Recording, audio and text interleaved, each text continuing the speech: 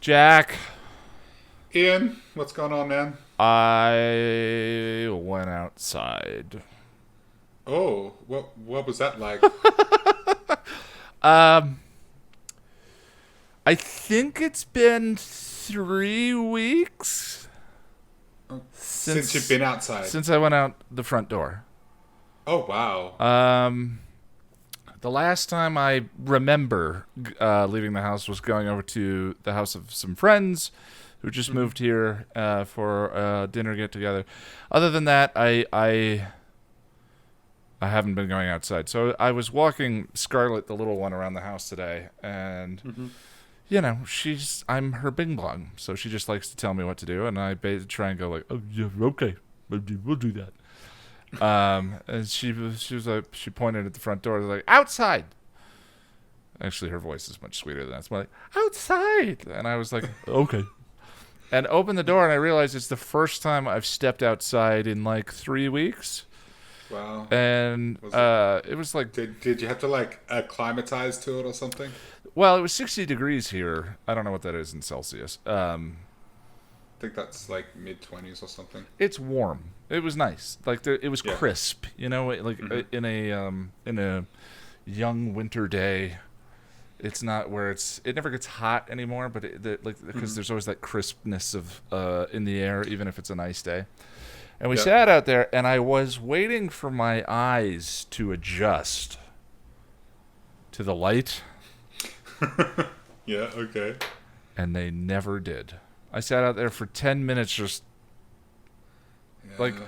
I could not get my eyes to adjust to the sunlight. Now, I wear sunglasses most of the time, but I was sitting there thinking, cavemen didn't have sunglasses. What, like, when are my eyes going to be okay? I guess they're not, they're never going to be okay. I never wear sunglasses. I hate them. They itch and they're annoying and I don't know. I've never liked them. But that's probably why my eyes are probably gonna go really bad. Yeah. Well, I live in a state that gets 300 days of sunshine a year. Mm. I mean, even today, when it was Yeah. chillier, Right. it was just clear blue sky. I have that. Light makes a big difference to me. But anyway, and the other thing too I Yeah. realized was a couple of months ago I had to buy new. I had 3 dead vehicles parked outside this house. A Okay. Golf, my roommate's car that I had bought from him, and a scooter, Hmm. and all three of them were dead. The batteries were dead because I never drove them, and Okay.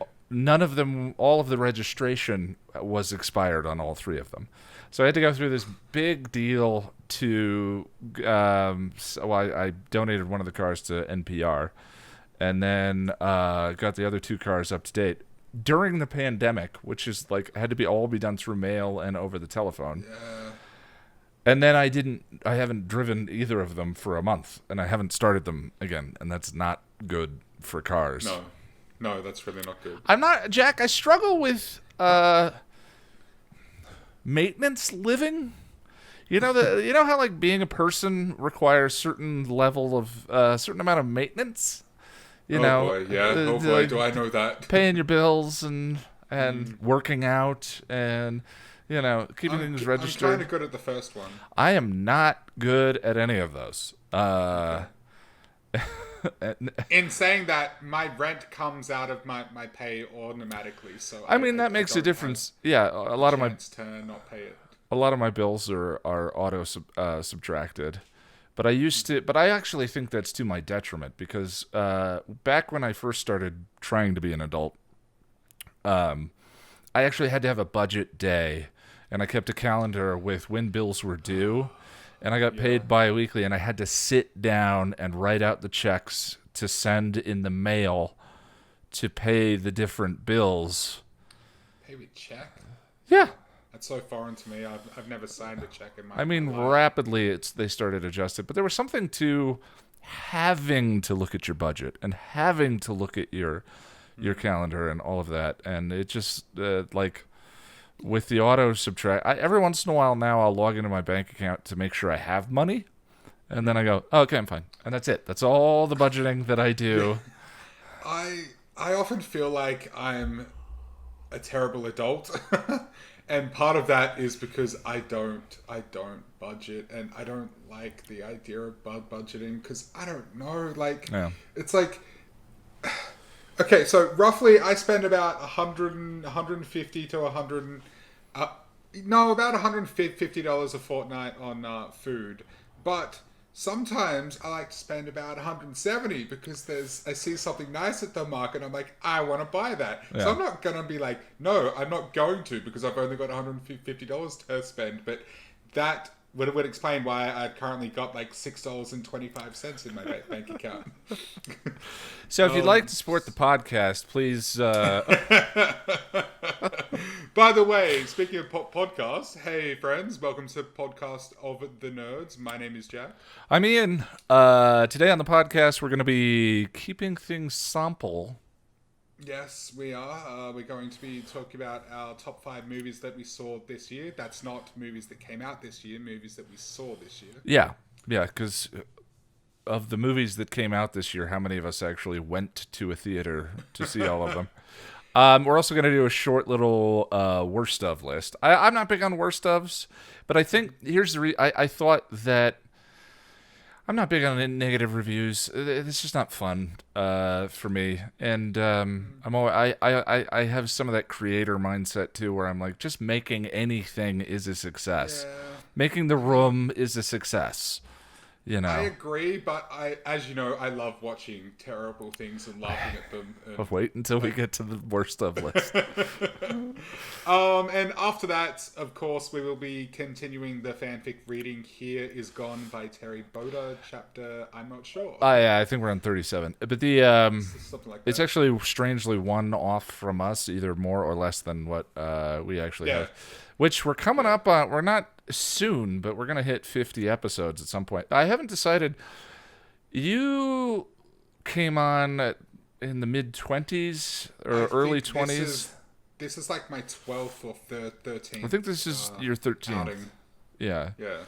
Which And is I'm not crazy. sure. It doesn't feel like it. I'm not sure if we stop numbering or start numbering based on, I don't know, or does numbering even matter for podcasts? When we get to like 200, are we going to give a crap?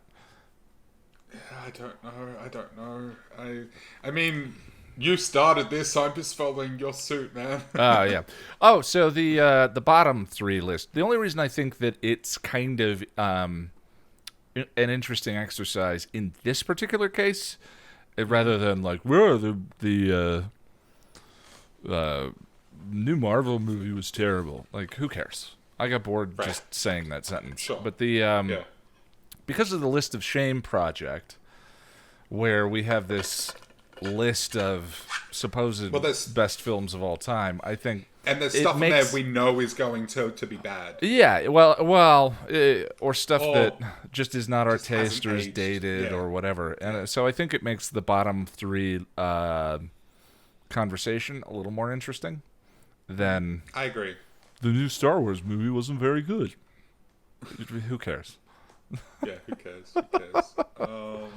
So, Jack, what have you been up to this week?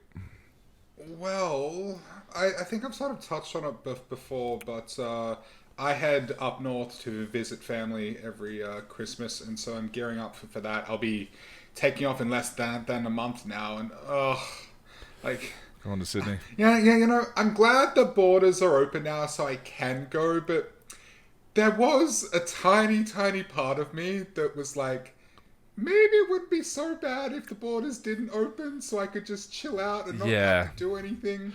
But then I would have been lonely and sad and miserable, so I don't know. I don't want to podcasting is a tightrope walk of what topics are off limits and what topics are not. But like, how do you feel? So we skip over this if necessary. But God. How do you feel Are you about going home? Therapize No. I can if you want to. How would that make you feel? I mean, would that be like any different from a typical conversation with us though? Like, really? No. So, but how do you feel about going home? How do you feel about family? My family and I don't, It's ebb and flow, but a lot of ebb lately. Yeah, here's the thing. So, look, I very much enjoy it. I like seeing everybody. And look, it's nice just getting away from my life for a while. Yeah. You know, I go and stay at my mother's, and it's nice to have someone sort of look after me a little bit. And it's very much like it's relieving and it's a break in a sense that I don't have to like I don't have to pay for anything while I'm there. I don't have to like I'm not a leech, but my mum doesn't say to me like, oh, you have to buy your own food and blah blah blah blah blah. It's just nice to be able to let go of all those adult responsibilities for a while. So Jack, I enjoy that. Yeah. would you say that you like to be doted on? Yes, yes. But, and who doesn't, right? Who doesn't? You like it when Right? someone makes you feel safe, Yes. Yes, Ian. taken care of. Yes. Yes, Ian. Daddy. Okay. I mean, what? Good to know. Anyway, sorry, go on. No, But no, there no, it sounded like there was a but coming at the end of that sentence. Not the there butt is a I but, a wanted, very but- big but. Wait. Okay. So, but look, I typically stay for like 4 to 6 weeks, which is a long visit. Yeah, but it's the that's a only time I go long away, so it's visit. fine. I get itchy And- after a weekend. Yeah, by the end of it, you're just like, Jack, when are you coming home? Mm-hmm. And look, it's and I always come home feeling very glad to be home. And like, here's the thing. So yes, it's nice to see everybody. But Yeah.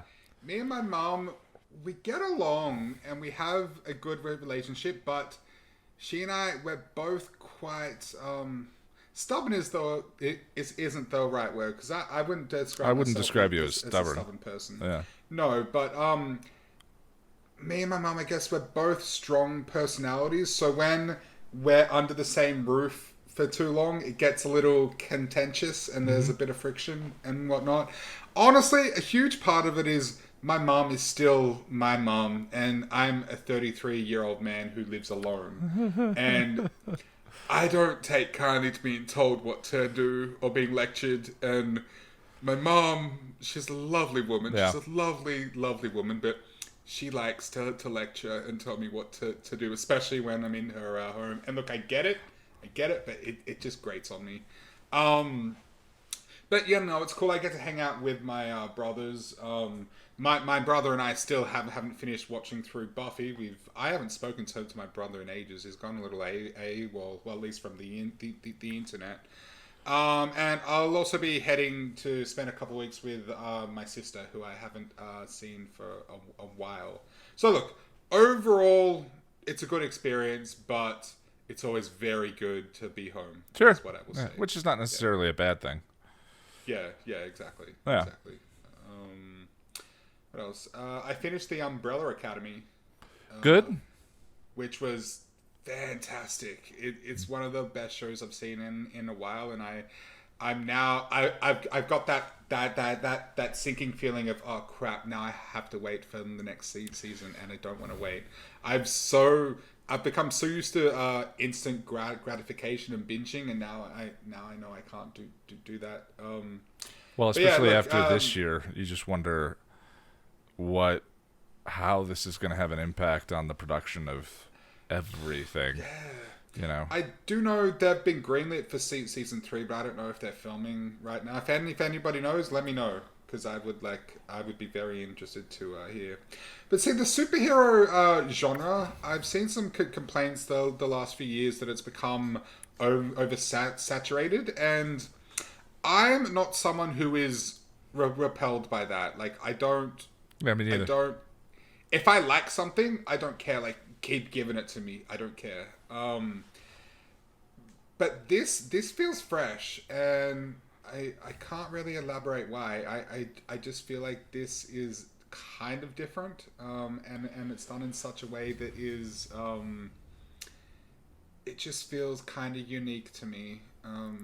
Well, it seems like that and The Boys are the anti-MCU kinds of Kind things. of, yeah. Well, You know. actually, no, very much so. Especially The Boys. The Boys is the complete opposite. Yeah. But this is too, because this deals with a lot of like adult themes that Marvel just wouldn't touch. Yeah, You know, and like really like serious themes. that's a nice balm to. Yeah. I love the MCU, but they are very refined. Other than the Very. Taika Waititi stuff, they're very Yeah. streamlined. They're incredibly Yeah. efficient at what they do, but Yeah. efficiency can feel repetitive Yeah. sometimes. And the MCU only goes a certain distance when it comes to grit Yeah. and darkness. It doesn't go beyond, yeah, a Yeah, certain it's point. funny. My favorite Iron Man movie is probably the third one. Mine too, Yeah. because it humanized Tony Yeah, Stark. but I don't necessarily think it's the best No, Iron Man movie. That's probably the first one.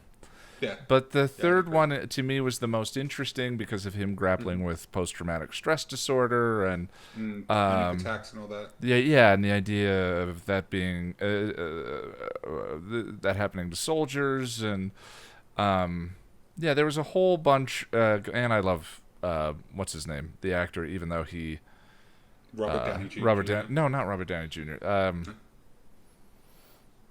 The bad guy, not Ben Kingsley. Ah, um, Yeah, Memento, whatever his name is, I always yeah, forget. yeah. I know who you're talking about. Yeah, I love him, even though that part was underwritten. Lots of good bits. I enjoy that writer who wrote the Lethal Weapon movies and Oh, okay. Nice Guys and a couple of other ones. I think it's underrated, even if I understand people's criticisms with it. Yeah, I've never heard criticisms that made me go, yeah, but right. it must be terrible because of that. I was like, yeah, I can see that, Right. and I enjoyed it.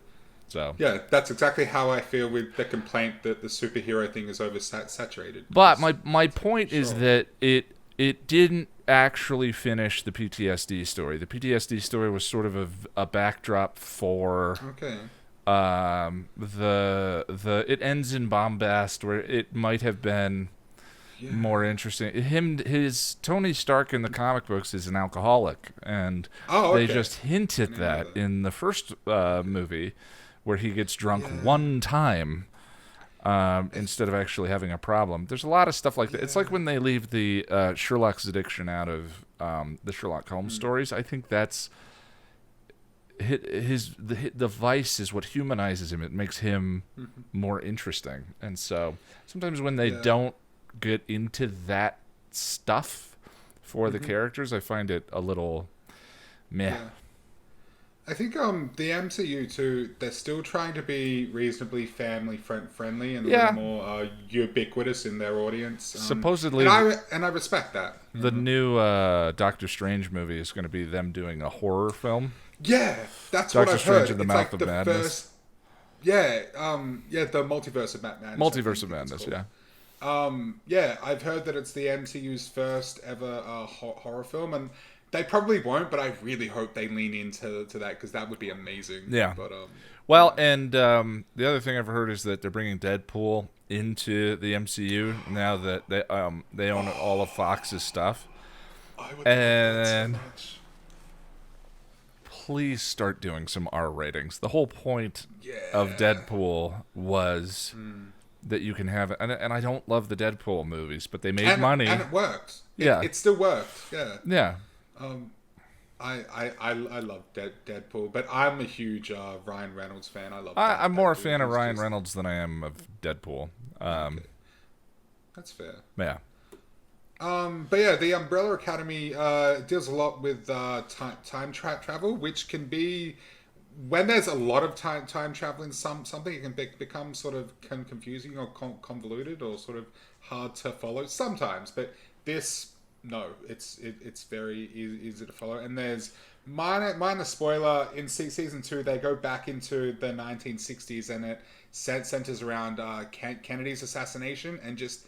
The way it's done, it's so good. Ian, you have to watch it. Cause I will eventually. I really do think you My like it. compensation for, or my way of compensating for that, I've got to wait for the next season to come, is to just not watch the thing until it's done. Yeah, wait. That's usually what I do as well. And I know your way of getting into something, there has to be a likable person or a hook or an emotional beat, and you won't find that straight away, but you will find it eventually. It's good to know. Yeah, it's really good. But the cast is also great. I talked about it last week, but Ellen Page, I love her. I think she's so good. And of course, Robert Sheehan as Klaus. Klaus is my spirit animal. That's all I'm gonna say. I love that dude so freaking much. He's just great. He's a messed up. He's just a mess of a person, and I love him for it. And where do people watch The Umbrella Academy? It's on Netflix. Okay. So yeah, definitely check it out if you haven't, and let me know what you think. I would be interested to hear. I've also started watching a show called You that you recommended to me, Ian. I don't know if I recommended it. Did I recommend it? I said if you liked Gone Girl, you might enjoy You. Yeah. Yeah, and you kind of warned me that it's gross and intense and but I think that so context. The movie that we watched off the list of shame, which we are not dedicating a segment to today, is Gone Girl. Neither of us had seen it before, and it was just kind of a weird miss. What's the director's name? David Fincher, of course. We put it on the list. David Fincher feels like one of those directors that you should kind of see. I love him. Everything that he makes right now, even if. He's great. And sure enough, the movie was incredibly constructed. The construction was. It was the best part of the movie by far. Was how well put together the film was, the pacing, everything. But the plot, I really struggled with whether or not I was enjoying the movie. Yeah. Everyone was a sleazeball. The women in the movie were very tropey or underwritten. Mm-hmm. I think I ended up on the side of I enjoyed it, but it reminded me a lot of You, which I've watched almost one season of, but I stopped for the reasons that that you mentioned, which is some shows. I felt this way about Dexter. Sometimes shows, there's a fine line, especially when you're doing anti-heroes. There's a fine line in making the audience feel complicit in the ugliness that's going on screen, right, versus I actually don't know how to do that tightrope exactly. I don't. For me personally, as a viewer, I don't understand when that works well and when it doesn't. Mm-hmm. Silence of the Lambs might be an example of it kind of working well because Hannibal is in a cage the entire time. You've also got Clarice. That's where the narrative is grounded. She's equally terrified of him, so she kind of guides us through the relationship. But Dexter, I often felt, the guy needs a therapist. Something. He needs more than that. I often felt like, while the show was very entertaining and pacey and a lot of fun, I struggled with feeling like I was getting the show on me. Does that make sense? Yeah, but here's the thing. You might be surprised to hear this, but I'm not sure if I'm into it for the reasons you just mentioned. Tell me. Let's talk about the show. What is You? And so very, very basically, there's this young dude that works in a bookstore. Now I've only seen three episodes too, so I'm not that far into it. But this woman comes in looking for a book, and he becomes enamored with her, and then he basically just starts stalking her. And then kind of well, from what I've seen, it looks like they're like kind of dating now, and it's for me though, it's very unsettling and off-putting. See, for me, Dexter was someone I could root for still. Even though he was messed up, I felt like I cheered for him a lot, and I felt like he's not a good person. No, he's a psychopath. Okay? Right. He's not a good person, but he would still do some good things, kind of. This guy, though, in You, he's just gross. He's a stalker. He's Yeah, yeah. and I don't like that. Especially when it comes to like stalking a woman and manipulating her, and I don't know. It's just very Well, gross. the It's person that very you're rooting gross. for, so the episodes all are occur with his voiceover. You're hearing the thoughts Yes, inside his head as it's he's doing very all of these things. elegant in that regard. It's Yeah, very kind of and artsy. I think again it's very well put together. But I mean, what you end up rooting for are the women that he's stalking. Yes, yes, Yeah. absolutely, And I absolutely. think that the show, I think it's based on a book originally, but Yeah, it is. what I was getting It out of was it written was by a woman too. how it undermines romantic nonsense. You know, like Riley's lines of Yeah. "Because I'm so in love with you, I can't think Yeah, straight." yeah, and that's what this guy does. Like his He's a nice voiceovers are guy. very, yeah, and he speaks very like romantically and like with like romantic prose. Should I say? But what he's doing is not Yeah, romantic. It's gross. it's not the. I mean, he's cute, he's attractive, and he thinks about charming. thinks that he's a gentleman, and he thinks about her all the time. Yeah. He's not the "I'm doing this for your own good." He's the "I'm just watching out for you for your own good." Like Yeah, it's not yeah, it's, yeah. but not even with that psychotic kind of thing in there. It's an interesting way of exploring a lot of the possessiveness and a lot of Yeah, yeah, the uglier stuff that sort of flows underneath yeah, conventional romanticism. yeah. And I Yeah. appreciated it on that level. It just made me so uncomfortable. Yeah, that's what it's doing for me. And look, and you know me, I like messed up things that make me feel gross and dirty, and like I need to drink a bottle of whiskey and have a shower whilst the therapist talks to me. I'm into that. But so the thing is, this might sound wrong, but I like Dexter. I kind It of doesn't sound the wrong. character. Yeah, like what you I like. like him.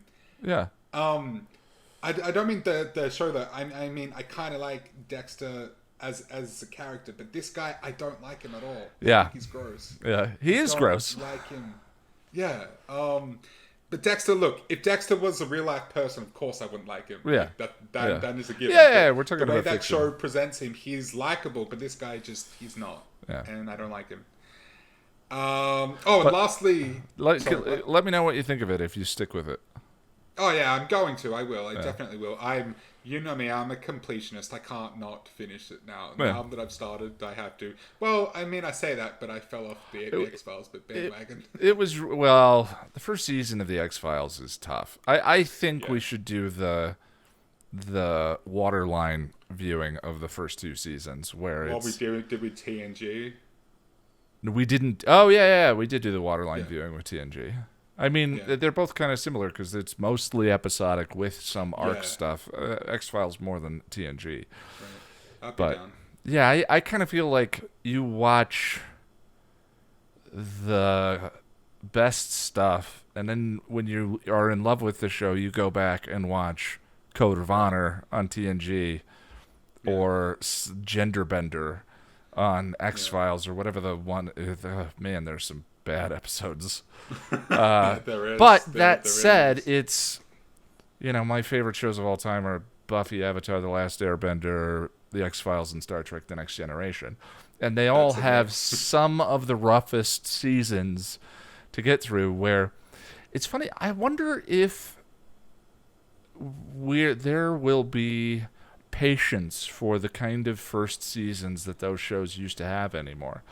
Because it's, or if we won't know, maybe when people watched the first season of the X-Files in 91 or 93, whenever it was good, and then it Yeah. just got better. Then the show taught you what good could be. But when you first Right. watched that season, and now we're in such a golden age of good stuff that Yeah. that things have, the paradigm has shifted. I don't know. See, I didn't realize how bad Buffy season one was until I'd seen the whole show. Like Yeah. when it was airing, I thought season one was fine. Granted, I was like a 10, 11-year-old boy, but still, I thought it was Well, fine. and we acknowledge how relative the term bad is. Yeah. You know, seems. course. I almost Yeah. mean it And there's still some great stuff in in there. respect Like to what it turned into. Even Yeah, it's you know the later seasons are so much better. It's definitely got the seeds of what it turned into. Like Yeah. it's not terrible. Yeah. Angel has a little bit of a gulf from 1 to 2, but it's much less of a gulf than, and that's mostly Yeah. in the shift from the episodic structure to the arc structure. Yeah, and Angel had the advantage of starting within a well-established universe Yeah. too. So Yeah. but yeah, last week I mentioned that we're now working with an extremely talented artist who graciously offered their services to help us put together some merch. I've got a bit of an update on that. We have received three incredible designs. The last of which we only received this morning. And I am so blown away. Like, they're so much better than I could ever have even hoped for. They are Fan art's a surreal experience. You look amazing. I'm pretty. So do you. Well, the art is fantastic. I'm pretty sure I know where she got the pose for, what video she got the pose for one of them, and it's a rare on-screen moment for me. Yeah. And then and I it was struck a very short one too. I struck such a goofy face on purpose because I thought it was kind of cute. But I still watch it a little bit, and I'm just like, you know, you want to look hot, you want to look, you know. But you went with that pose, and I was like, okay, I love it. The art is terrific, but there's a little bit of my reflexive feelings back about that video I included of myself. It was in I think it's from the season 2 opener of the Buffy episode guide, where I said, "Well, we're back." But anyway, that's on me. That's my emotional trouble. It is not a criticism of the art. The art is fantastic. I'm so excited for you guys to see them and to Yes. get them on shirts and mugs and whatever you want them on. I can't wait to have a shirt for myself. I'm gonna be that guy. I'm gonna be wearing a shirt with my own face on it. Yes, I've worn my own merch before, and I don't. But this is way cooler than the thing that I designed. So, we're incredibly honored and grateful. Very, very grateful. Very, very, very thankful. We don't know if we can name the person, but we requested a credit, and she sent it to us, but I haven't had a chance to take a look at it. We'll show it to you guys on the video version maybe next time. But I'm excited to share not sure it. exactly It's so good. when we'll have. No idea when we'll have it up for like and ready to go, but soon. Definitely before I take off. But Ian, sir, tell me, what have you been up to? So this is the second time that I've had binges interrupt us when it comes to a television show I was trying to watch. I was trying to go through Buffy and Angel again, which I started a couple of months ago, and I hit the episodes that I've been writing about and stopped because I can't just watch the show. I can't just. A binge is like next, and I'm sitting there like, oh, I should have said this about this in that episode guide.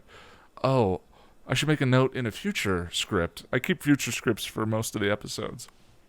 So when I come up with stuff or I see something, I just drop, or I put something in a particular script and I'm like, nah, that'll be better.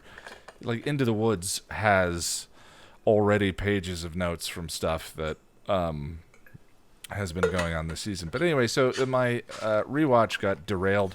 I think I've given up. I don't think I'm going to be able to rewatch Buffy and Angel until I'm done with the episode guides. Wow. Which is fine. So in like 10, 15 years, something like that. Yeah. I'm kidding. I'm sorry. I'm not.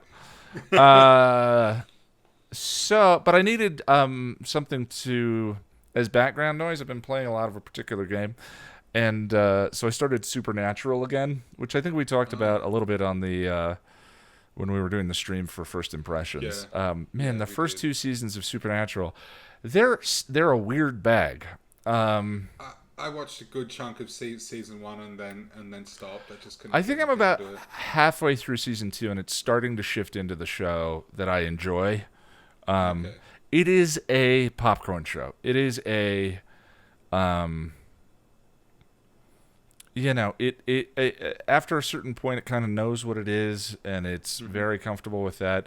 It also is gets to be far more meta, and plays with its own form and is self-aware and contain like there's a one of the actors is a character from Gilmore Girls, and there's a scene where Dean and Sam are taking a Hollywood tour lot and end up on the set of Gilmore Girls, Hmm. and I love it. I think that stuff That's pretty cool. is Yeah. great. Yeah, it doesn't it has an arc each season. The arcs really Hmm. don't carry into each other very much. They're not weighted Okay. one versus the other.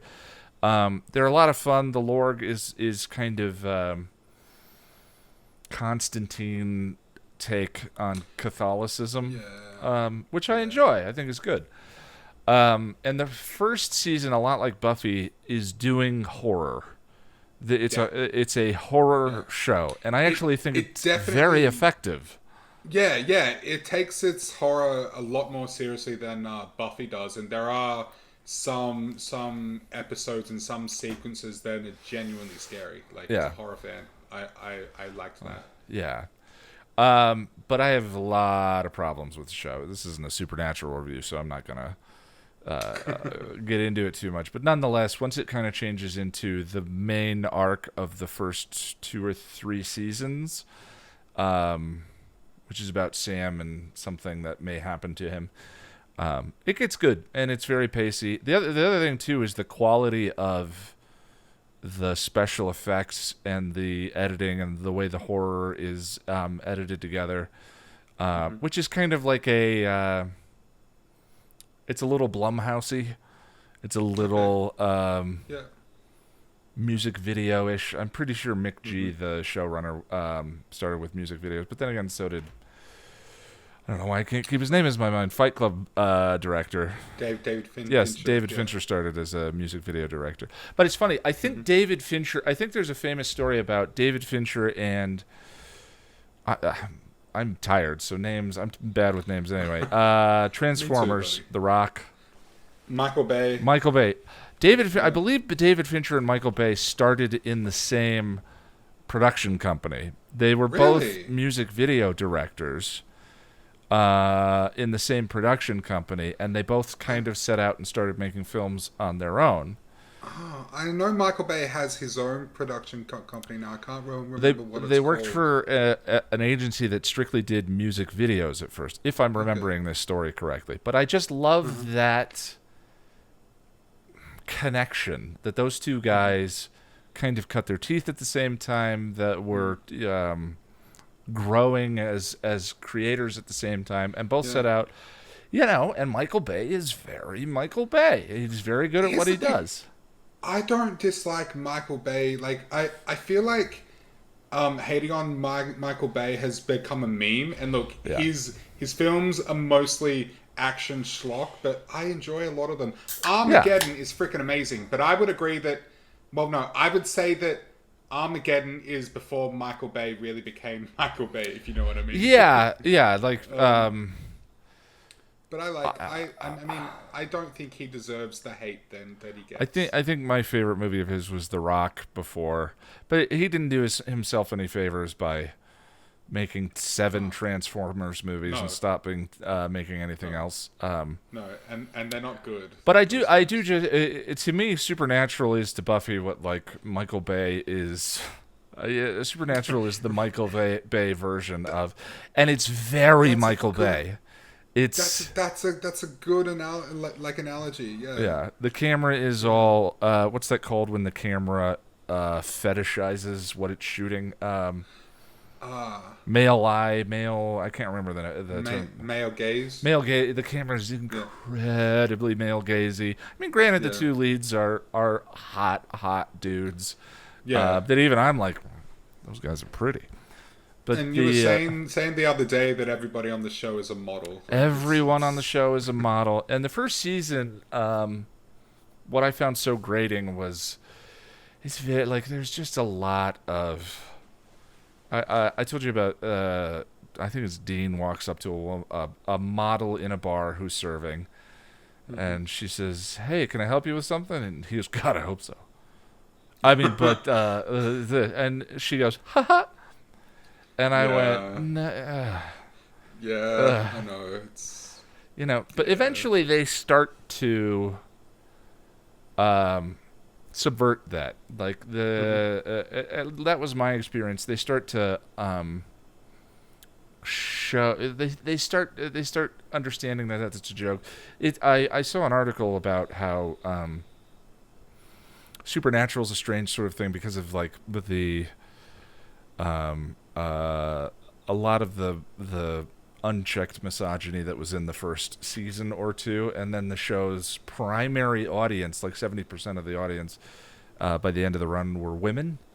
Oh, okay, I didn't know that. Yeah, and I think it's there's a reason it was on the air 15 years, and they say that it's part of the reason is because they learned to listen to their audience and to adapt and to. I mean, you don't want your audience to write the stories or construct things for you, but and you want to surprise them, Right. but there's It was a also really long-running show. I was yeah surprised when yeah I realized how yeah long it had yeah been it's on for. very strange.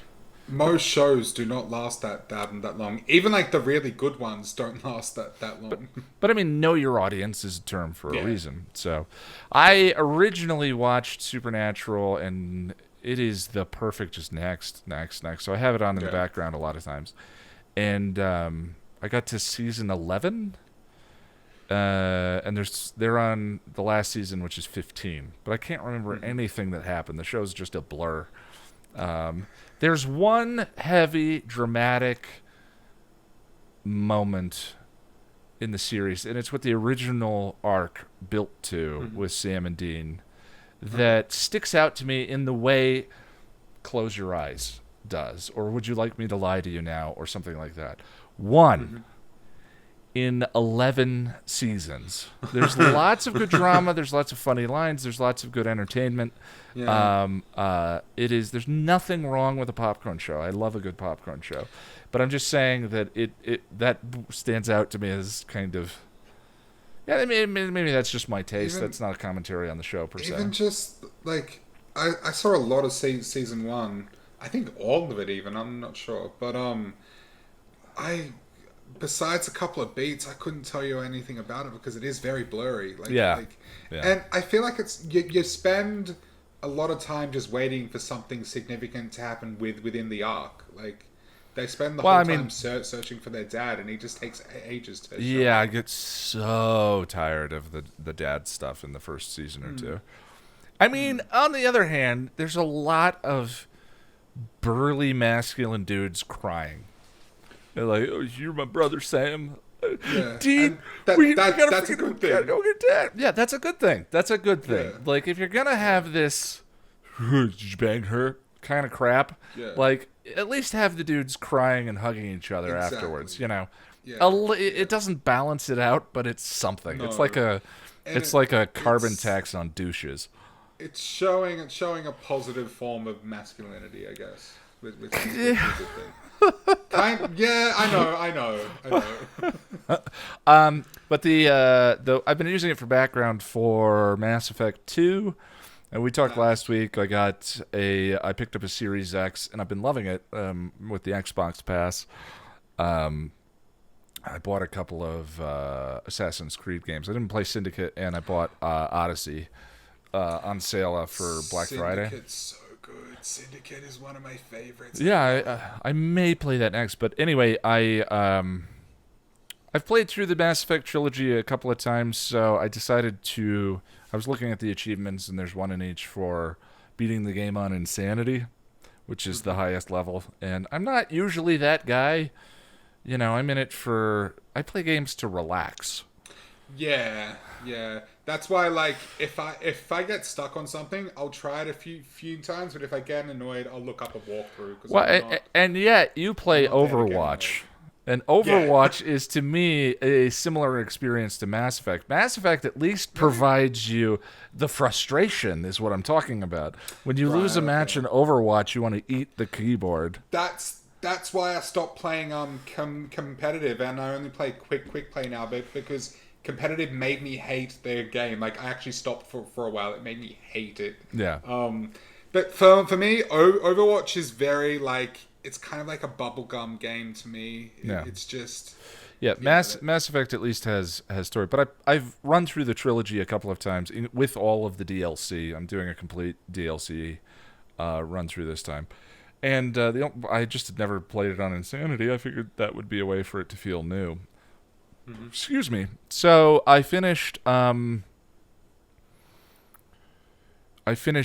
second one on Insanity yesterday, and I wouldn't say it was a pleasant experience.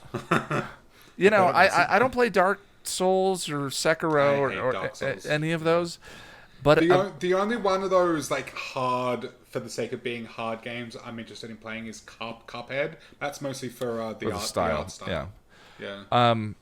But there were parts of the game. You get into a room and you get stuck for 3 or 4 deaths, and I'm yelling at the screen and I'm frustrated, and I'm like, I'm gonna turn the level down. I'm gonna turn the level. This isn't worth it. I'm not having fun. I'm gonna turn the level down, and then I beat it, and it's so satisfying Yeah. So to it's beat it. I worth was it. like, yes, that I never turned it down. So it's weird. It's kind of like. I don't know, making yourself miserable on purpose, because when you finally stop making yourself miserable, it's so satisfying. So it's a little confusing. But anyway, 62 of 62 achievements. Again, I don't really, Wow. I don't usually well done, sir. care about achievements, but I Me I neither. played through this series before. I thought, well, I'll do everything. Yeah. Yeah, and Mass Effect should not have an insanity mode. I understand games with tight controls, like third-person action games, that every time you die, you go, "Oh, I know why. It's because I hit the time. I got the timing wrong, or I didn't do this, or I didn't do that." That is not what Mass Effect is. Mass Effect, Shepard handles like a bus. With one break.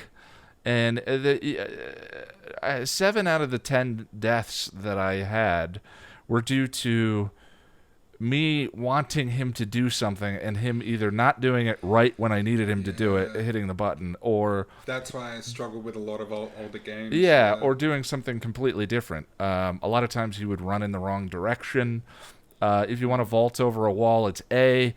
But it's not responsive, so you have to A, and he crouches and then goes over the wall. But I did it.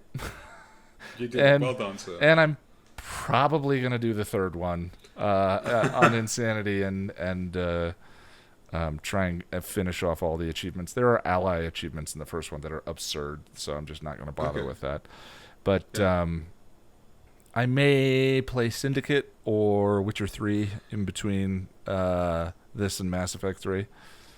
I've had Witcher 2 and 3 in my Steam library for a couple of years now, and I haven't touched them. Wait, no, I started playing a bit of 2, but then I don't know.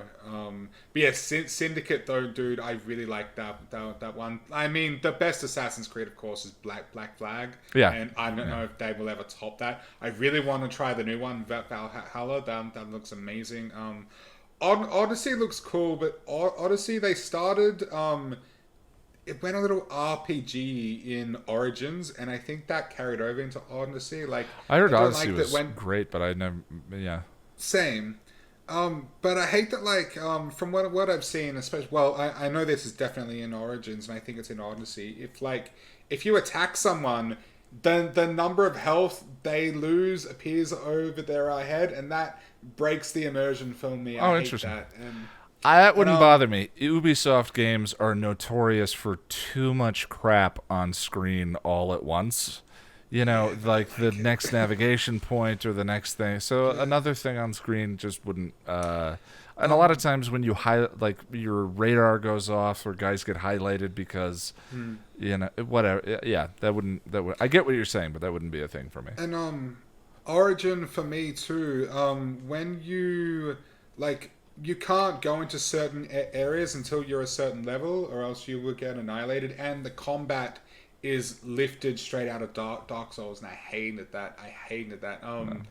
Assassin's Creed, their combat is always very fast and fluid, whereas this was like block, dodge, attack, block, dodge, attack, rinse and repeat, and I didn't like that. But hopefully Valhalla is a little better. It looks amazing from what I've seen. But yes, yeah. Syndicate's good, I'm gonna. so I already broke my commitment to not buy a game for this system. There was on sale for 1/10 or whatever it was, and I just kind of thought Black Friday. Yeah, sales I guess are okay.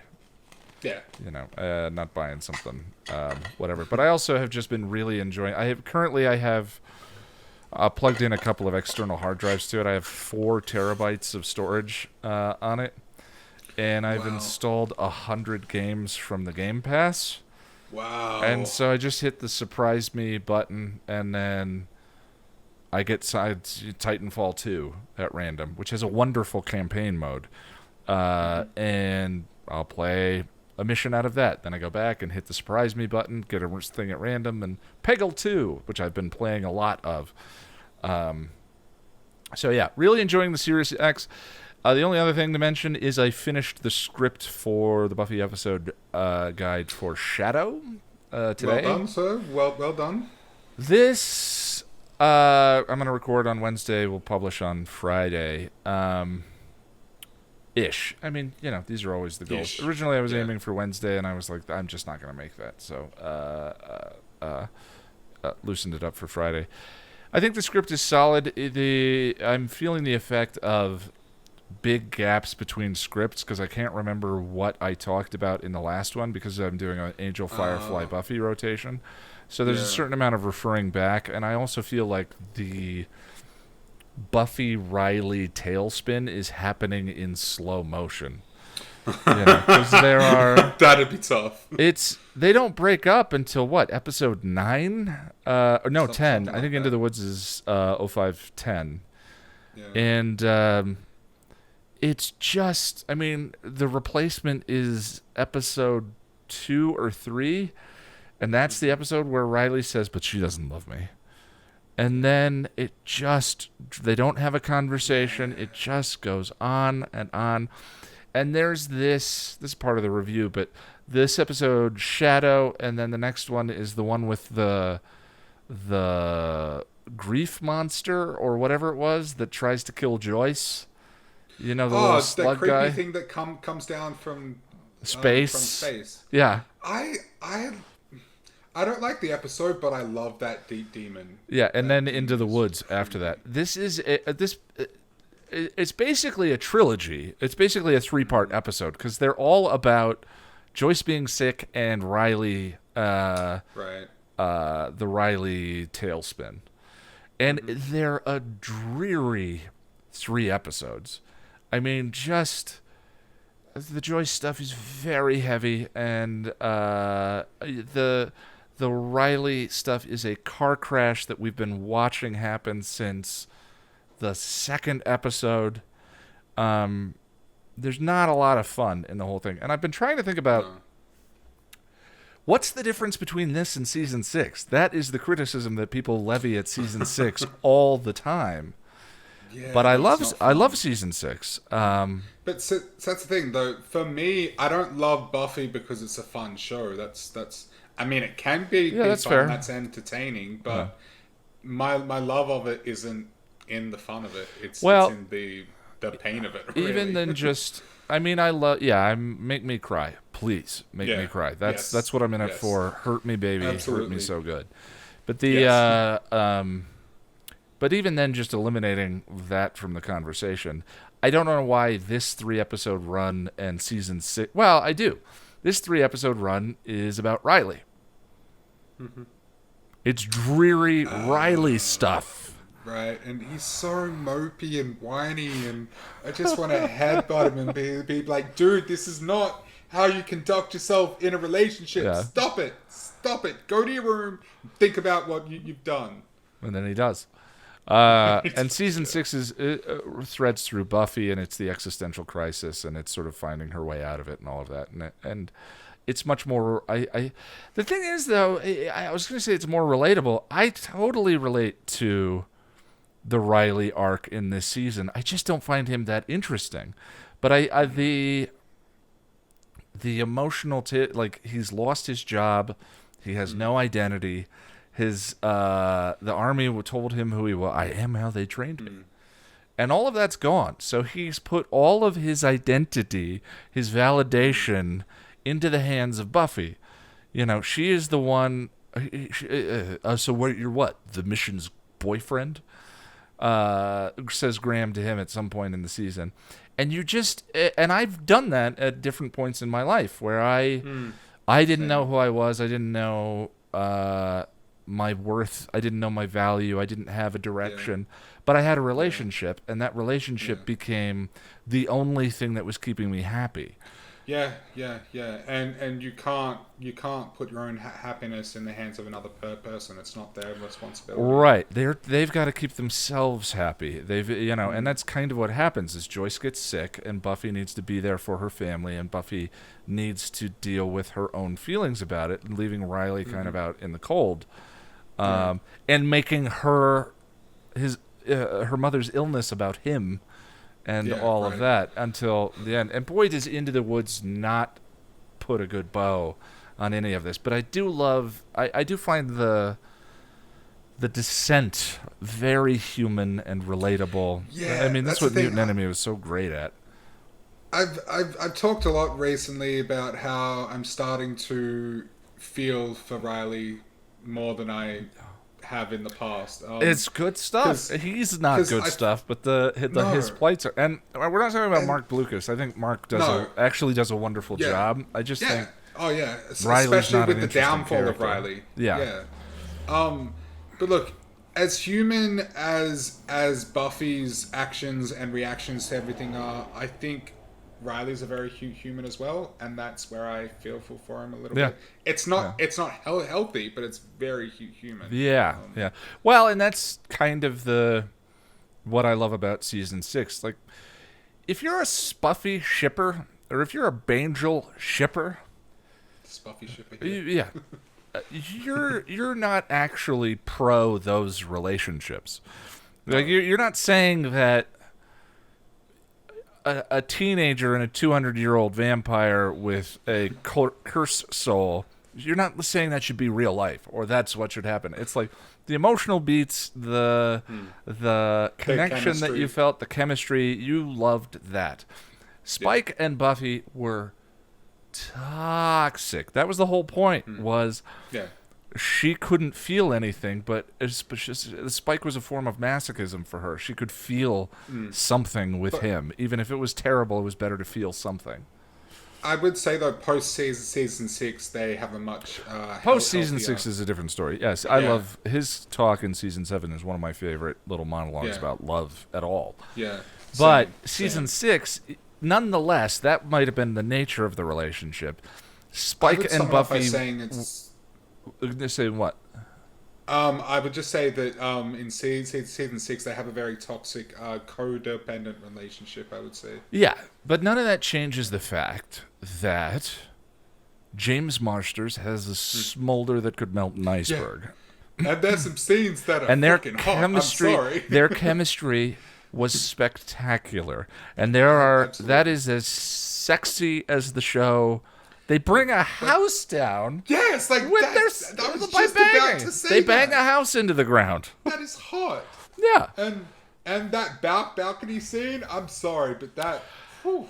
Yeah, it's complicated. That's a complicated scene. It's complicated, but, I think that's the thing that we don't talk about necessarily, is if you're pro those relationships, if you're a fan of those relationships, you're not a fan of No. toxic codependency and torturing each other, and or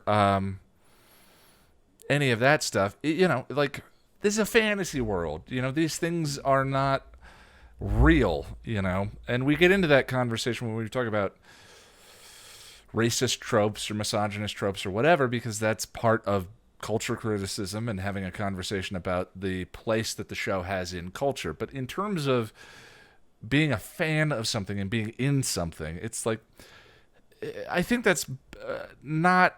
We get a little too carried away with, well, but Spike did this. It's like, no, it's a fantasy show. Like, you're not a fan of Assault. You're not a fan of whatever. It's like the Exactly. the emotional beats of the story, the chemistry beats of the story, whatever. They hooked you. They were that was a part of the journey that you really enjoyed. Absolutely. So, anyway, I don't know why I got on that kick. Me neither. But I mean, I think I was thinking about it. Place. I think I was thinking about it because people are so anti-Riley, and one of the defenses that I've heard for him is like, he never murdered her teacher. He never tried to rape her. He never did this. He never did that. He's not a bad dude at all. He's not a bad dude. Insecure, but he's not a bad dude. Yeah, but you're not pro-rape if you're in favor of Spike and, but if you're a Spuffy shipper, like that's not what being a shipper for those relationships is. The high points in the Bangel arc and the high points in the Spuffy arc were magnificent. What was the high point of Riley and Buffy? When they banged in a bed for hours and hours while... In Where the Wild Things Are? Yeah. I don't know. Honestly, the most emotionally affecting scene that comes from that is, but she doesn't love me. That's right. That's they're kind of they don't really have any cute moments. There's not a lot of drama. There's not a lot. I mean, and that's something that Dawn says to him in that episode. But yeah, I don't know. It was just something I was thinking about. Is like, to be a shipper of a particular relationship is you can say I ship it because I love the juicy drama, not because I want those things to happen to real people. Of course not. Yeah, of course not. It's not even a question. Anyway, I'm just ready. I'm not looking forward to this next 3-episode trilogy. And so tomorrow I'm going to work on the script for The Shroud of Ramon, and then Wednesday I am recording, and then hopefully have the video up by Friday. And then because I'll be a little bit ahead on The Shroud of Ramon, hopefully. It's all experimentation, Yeah. We'll see what happens. Yeah. Yeah. So, moving on to our next segment. Yes. What are we doing now, sir? So, we asked you the last time. We had an off week the last week. I thought that was a fun experiment. I like doing a little experimental. Same. Whatever. And I think, like I said, I think I'm going to turn that little bit that I wrote into an actual video on the channel at some point. Yeah. I need to do more live action stuff. Yeah, don't do a lot of that. I don't do a lot of on camera, but I want to go. That was how I started, was with live action stuff and storyboarding and figuring all of that out. I always remember seeing you in a bathtub. Yeah, the Richard III monologue. But it was fun. Yeah. Like it's fun to. I really like that. Those little projects are fun to experiment with. I have a house full of servants that I can use to help me film stuff and to hold microphones and lights. The kids would love to do that kind of thing. I just need to, it's a pandemic year. It's I think that I don't think I quit drinking this year. New relationship this year. A lot has happened this year. It's been a hell of a year. It's been quite a year. And, I'm just done feeling guilty or ashamed or whatever. So, anyway, all of that aside, our next segment is we asked you 2 times ago to we're going to do some top fives for the next 3 episodes. We don't have a ton of them, but today's top 5 was top 5 movies that you saw this year.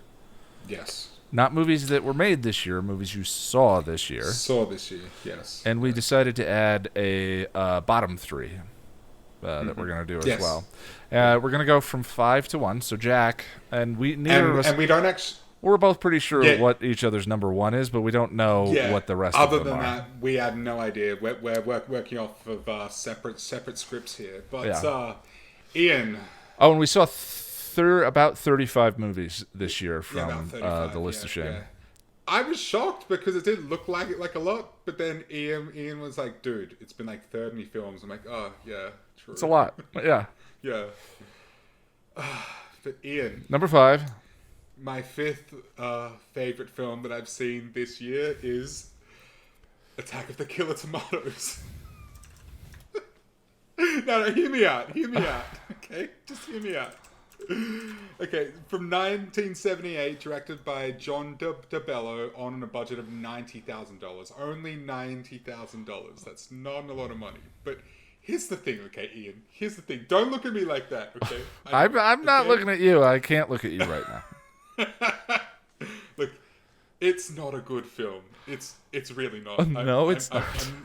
I'm not trying to argue that it's a good film, but part of my criteria for selecting my list, and I had for myself, was how much I enjoyed watching these films, right? Yeah.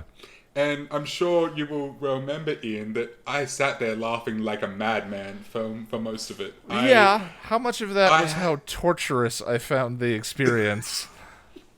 I mean, that was a big part of it, but it's so... it's a spoof film, and it's in the same vein as like Airplane or Naked Gun, or more recently, the Scary Movie franchise. And look, no, it's not a good film, but I will argue until I am blue in the face that it is not meant to be good. It knows exactly what it is, and it is not trying to be anything else. And I can't help but respect it for that reason. It's stupid, it's ridiculous, it's poorly made, and it's aged terribly, but I freaking love it. That's everything you loved about it. Exactly. And that's why I hated it. I love it. Okay. And I can't wait until we get to the sequels, because I know I put them on the list. Oh, dear it's God. going to be a fun time. Good thing we have a veto rule. My Ian, number... What? Number 5. Oh, yes. My number 5 was Booksmart. Oh, nice. I Um, like that one. Now, I'm going to be honest. From the 35, I actually struggled to come up with the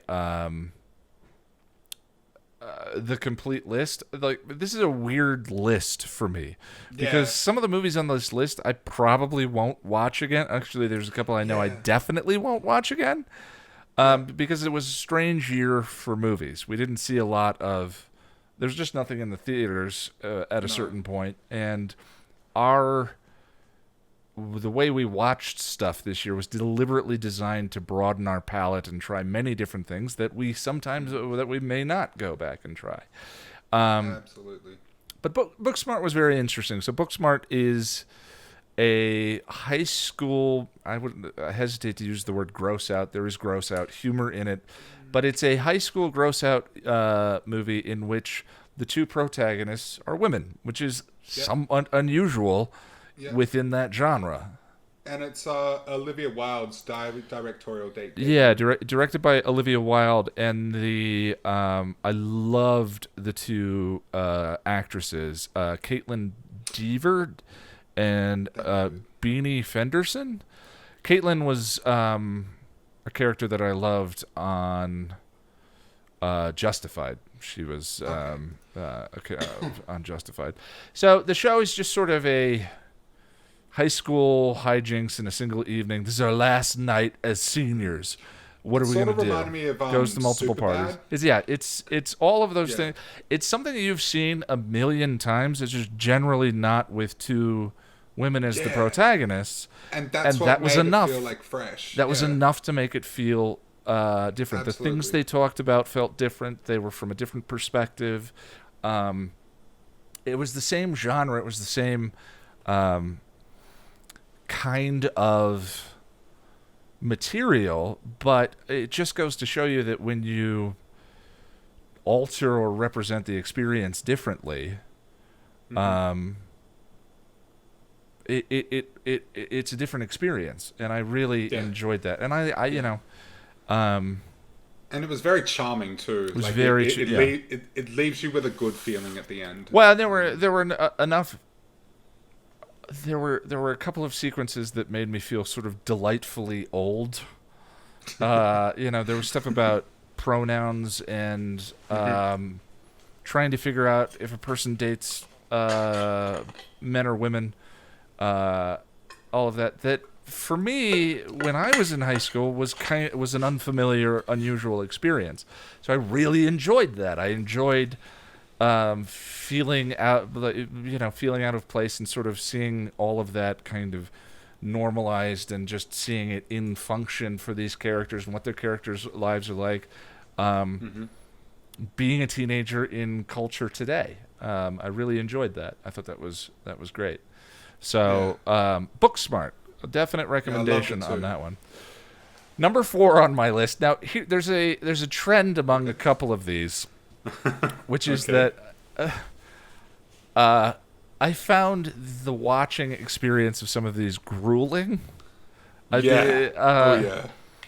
For different reasons. And this may have been one of them. I'd never seen the Rocky Horror Picture Show before, but and I'm not into musicals particularly. I'm not anti-musical. It's just not a genre for me. I'm not into schlock. I'm not into horror. I'm not into camp.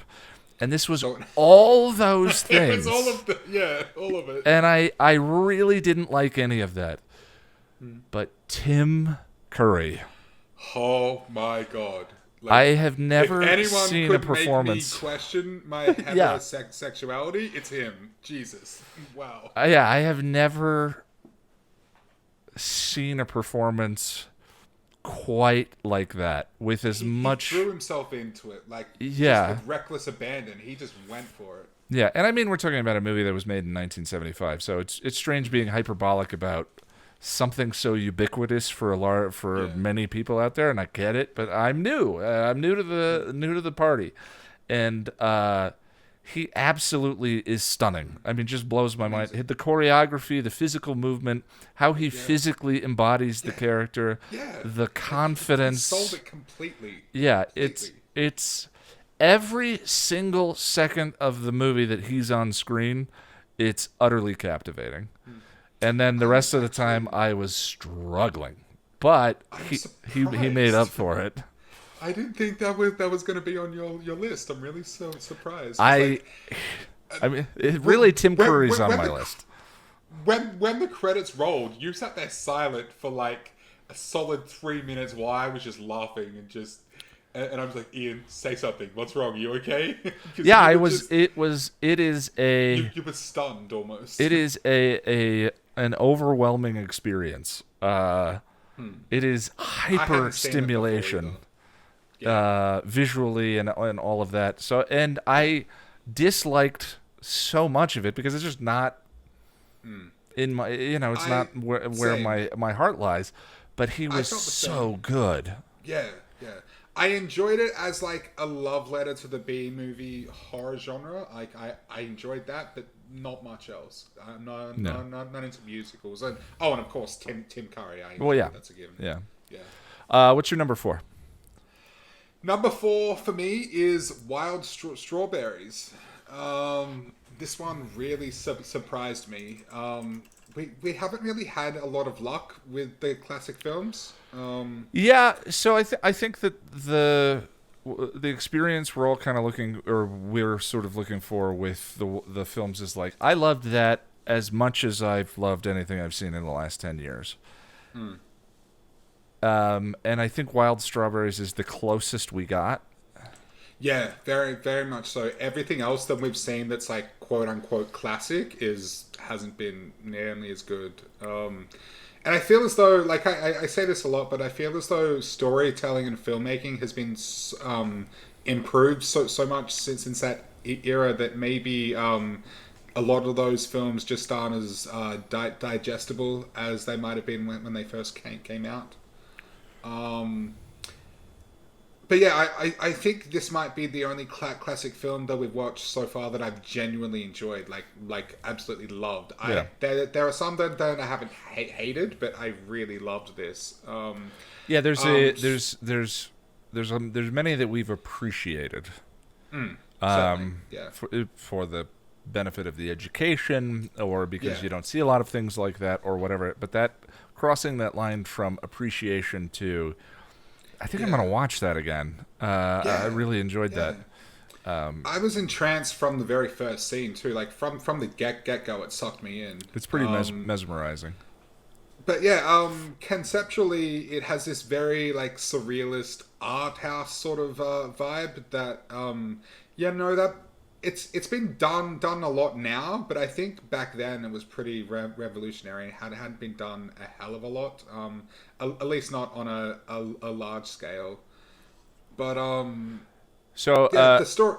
yeah, it's from director Ingmar Bergman. It was the first movie Oh that yeah, I'd seen of his, and yeah. it's Sorry, I about forgot to mention that. an older man kind of taking a tour of his Yeah, life. yeah, yeah. So the story itself is also very touching, and it uses flashbacks and nightmares and daydreams to show this elderly man coming to terms with his regrets. I guess you could say, Yeah, and trying to sort of figure out how to accept them. It kind of reminded me of a Christmas Carol. there's a little bit of that, especially the whimsy. Yeah, It's very whimsical, and yeah, I've realized late in life how much I love whimsy. I think it's one of the reasons right. why I enjoy Amends. It's very whimsical. Right. Yeah, yeah. And it ended up being, I mean, at least for me, it ended up being what I had hoped Citizen Kane was going to be. I went into Citizen Kane, like I really wanted to like it, Yeah. and I thought I was going to. I really did, but in the end, I just it didn't do it for me. But yeah, and my number three is Gone Girl. Okay. Uh, Watched we that only just last watched it. Friday. Yeah. Yeah, I love this film a hell of a lot. Every time I see a David Fincher film, I'm reminded of how much I love his style. His overall execution, shall we say, is very elegant and artsy, and this film is no exception. Hmm. It's yeah. And yeah, we were talking after the film, Ian, and we both agreed that in someone else's hands, this could have been very pedestrian. And Well, same old. it reminded me of The Shining. Mm, I've watched The Shining a number of times, and it took me. Uh, it didn't occur to me for a long time. The Shining is a relatively pedestrian haunted mm, house film. mm-hmm, The house is haunted, and one of the patriarch of the family goes crazy, and they mm-hmm, escape. That's essentially the plot of The Shining, done by one of the greatest American directors in history, right, right, who elevates it to a classic that transcends the horror genre. right. Um, Yeah.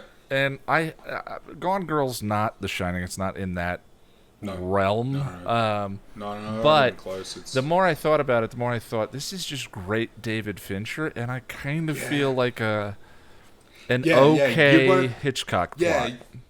you weren't sure if you liked it or if you just liked David Fincher, right? That's what you Yeah, said. and I Yeah. think that ultimately those, when you're talking about the thing that they made, it ends up being the same Mm, thing.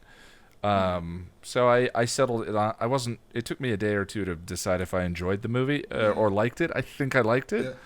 Yeah. but See, I don't see those two things as distinguished from each other, like a director's style in the film. right, I see them as yeah, one big piece yeah. myself. But it's But yeah, very Hitchcock. It's yeah, it's a very psychological piece, and it has a few twists and turns and there's a whatnot. And yeah. It's And like you know, sleazy sometimes, Vertigo. yeah. And you know, sometimes twists can be kind of pretentious and heavy-handed, but I didn't get that from this. I didn't feel like they were Which twist? heavy-handed or. I mean, all of them.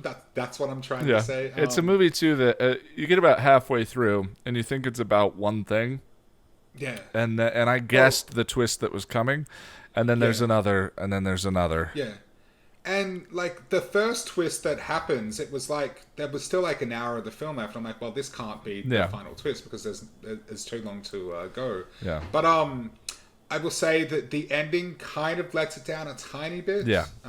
We won't go into spoilers, but we did have a discussion about that. But yeah, look, I loved this. But in saying that, I might just be a David Fincher fanboy. I don't know. As we said, it's the same thing, right? Yeah. Yeah. Ian, what about your number 3, sir? My number 3, another movie I found incredibly grueling, and ultimately went, I think I really love that, was Midsummer. Okay. Oh, wow. Yeah, Midsummer, horror movie directed by Ari Aster, starring Florence Pugh, Jack Rayner, William Jackson Harper, which I was delighted to see. Amazing. I love Chidi. Yeah. Woman's going through a tough relationship with her boyfriend. Her family dies in a murder-suicide type of deal. That's a spoiler from the first 5 minutes. I apologize for that. Yeah. And to kind of get away, her boyfriend, and his friends go to a Swedish kind of midsummer festival. And dark stuff starts to happen. Yes. Saying that. This is a weird. So, the movie. It took me a while to kind of grok to what I felt like the movie was doing. Okay. And there's a leap. I think we've talked. Did we talk about it on the podcast? I don't remember. I feel like we might have chatted about it 2 times ago, so I won't go too deep on it. But yeah. I started watching this thinking it was a conventional narrative horror film. Same. And for a good hour, the movie's 2.5 hours long. For a good hour and a half, it is conventional. It feels you think it's going to be conventional. Then there's a major event that occurs in the movie. Yes. A disgusting. Oh, it's full on. Like, gruesome. It even made me wince, and I don't wince. Yeah, that I watched through the cracks in my fingers. And then you have to make a decision if you're either with the movie or you're not from that point on. Yeah. And it took me a little while to make that decision. But once I made that decision, I started having a lot of fun. The movie is to the point where you get to the end of the movie and it has reached absurd levels of... It's batshit It's crazy bonkers. Yeah. There's a lot of drugs in the movie. It's not... I wouldn't say it's surreal, but it doesn't go it doesn't go surrealist in terms of like completely departing from what it's trying to say. It's not. It doesn't go to the abstract, is what I'm trying to say. It doesn't go abstract, but I think it has elements but of it, but not completely. It so embraces what the whole thing is a metaphor for. Yeah. To such a ridiculous degree. Yeah. That I kind of loved it. What it was trying to say, you got into it. Yeah. Once it's a. I mean, the whole thing is becomes a kind of a breakup metaphor, for how you do that and sort of what you've created. But it's doing it with these weird nude scenes and these drug trips and all of that. And the climax of the movie is just bonkers. And there's lots of triangles on the screen. There's lots of vaginal symbols, and there's that weird sex scene. There's a bizarre sex, but there's a scene where people are surrounded by women, and the women are all duplicating the emotion to the what the emotion. main character is, either moaning or crying or whatever. Yeah. And I kind of went, oh, it's empathy. It's empathy. It's Yeah. like what you need in this particular situation, and like But it's ridiculous if Yeah. you're perceiving it literally. If you're watching it as a literal kind of thing, it's I don't know. I didn't, so I don't know what that experience is like. But once I kind of just dove into the big old brushstrokes of what he was doing, I had a great time, and I will never watch the movie ever again. I need to watch it again because I still don't know how I feel about it. I have no idea. I appreciate. I love the artistry of it. A lot of love and care went into it, and I think I already said that when we spoke about it last. But it's just so like it. I had certain expectations going in. I was Yeah. expecting more of a. I was expecting something artsy, but something that was more like Get for Out. me like yeah, kind of, and like it is a horror, but it's not a straight up horror. It There's- becomes something different Yeah, at some yeah. point, and that's probably why I was able to enjoy it as much as I did, because I'm just not a fan And- of the genre. and that's probably why I was kind of like I sat there silently afterwards, you know, like Jack, say something. And so look, I need to watch again, and I will. But I don't get me wrong, I didn't hate it. I'm just not sure if I loved it or if I just thought it was okay. Yeah, I was laughing and applaud. Like, here's the thing: at the end of the movie, I was laughing, but I think yes. that the movie. It's partially the party of people that we watched it with too. We have a friend in the group who was unable to watch it, and so I was narrating what was on screen as we were watching it, and the narration kind of like if you have to explain what's going on screen, the absurdity really gets distilled. Where what you watch, so we all started laughing. But I think the movie. Given especially the expression of a particular character in the final little bit, I think the movie knows what it is. I think the movie Oh, definitely. is not. Yeah.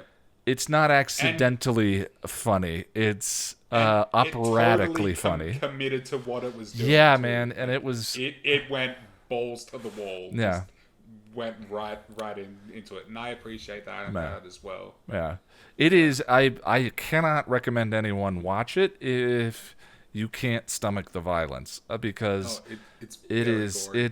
it's gory and it lets it hang on screen. Oh, it lets it hang very, very much so. It's not quick. It's grueling in that regard. Yeah. Yeah. Do I go number 2 now? I've lost track of what's going on.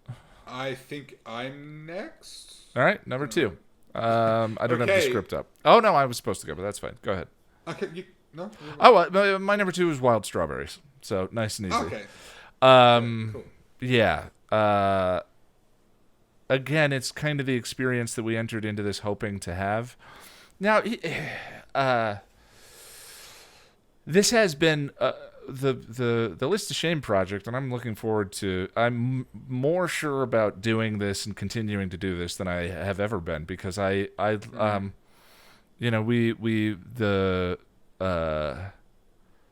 we now understand certain references. There's like these things exist in art all over the place. I think that there's something very important about broadening the palette. It's very much doing what we intended it to do. Yeah, and there are artists that I like that. deeply respect that cherish these movies, and it's difficult as a fan or as someone who wants to make their own things too, or any of that, to watch one of these, The Red Shoes, for example, and to just not have it land. And I don't know if that's a lack of context or education or whatever it is, because I do go out of my way to read about these things, and but you're wanting to have that experience of Yeah, of course. meaningfully connecting to the material, emotionally experiencing emotional resonance with what is happening on screen. And in terms of anything we Yeah. watched pre-1975, The only one that happened for me with was Wild Strawberries. Same, same. Yeah, Number two. yeah. Okay, number two. So I struggled with my number two. At first, I was going to make my number two was going to be Booksmart, but I thought about it a little more and decided that my number two is actually Knives Out. Yeah, Knives Out was great. For the simple fact that like it's now look, I'm typically not a fan of the murder mystery story, and that's very much what this was. But this was done in such a way that took that, I don't know if you would call it a trope, that formula and spun it on its head. Yeah, I would distinguish murder mystery from a whodunit. Whodunit is sort Yeah, of the high energy, not vaudeville, but yeah, yeah, I know what you're a saying. version of it. It's not a mystery. It's a Yeah, that's true. But this was done in such an interesting and entertaining and intelligent way, and because of that I couldn't help but love it, even though it's typically like there were elements of it that were very much in my wheelhouse, but for the most part the who done it murder mystery thing just isn't. But yeah, I haven't seen that done this way before, and I can't go into too much detail because we've agreed to avoid spoilers, but Yeah. it has a lot of twists and turns, and it keeps you guessing until the very end, which I liked. I think I'm a Ryan Johnson fan. I've Oh yeah, it was Ryan Johnson. Sorry, I forgot I to didn't mention love The that. Last Jedi, but I think that was partly due to well, Star Wars has been dead to me since the prequels. Yeah, But and it I've had just never been a massive Star Wars fan in general. So someone who it works and lives online all the time. It's very hard for me to avoid the online conversation. yeah, and the That discourse occurred. surrounding that film got exhausting. Yes. So there was no way for me to watch Last Jedi with an open mind one way or another. But I also just don't enjoy Star Wars. But the only movie of his that I haven't seen, I think, is The Brothers Bloom, which is haven't a seen that. caper film with Mark Ruffalo and two other actors I can't remember the name of.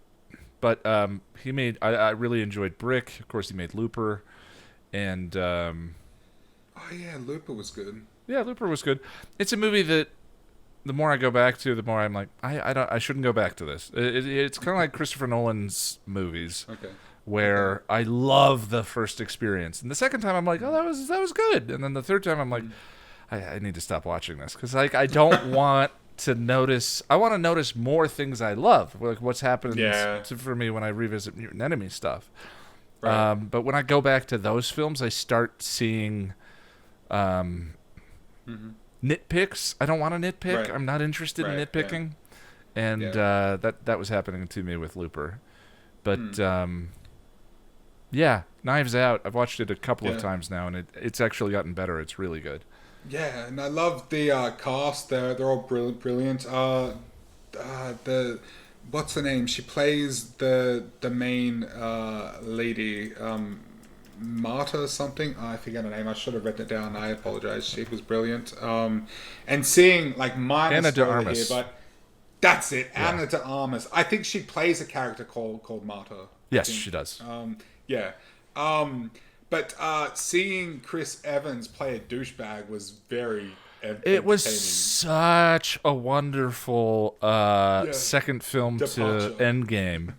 You know, Yeah. to follow Endgame and him playing Steve Rogers Yeah, with like the that. quintessential good guy. Yeah, I loved it. And he plays it so well too. Yeah, he's so he's. good. I'm a fan. I'm a Yeah. He's a good actor. Yeah. You could say he was America's ass.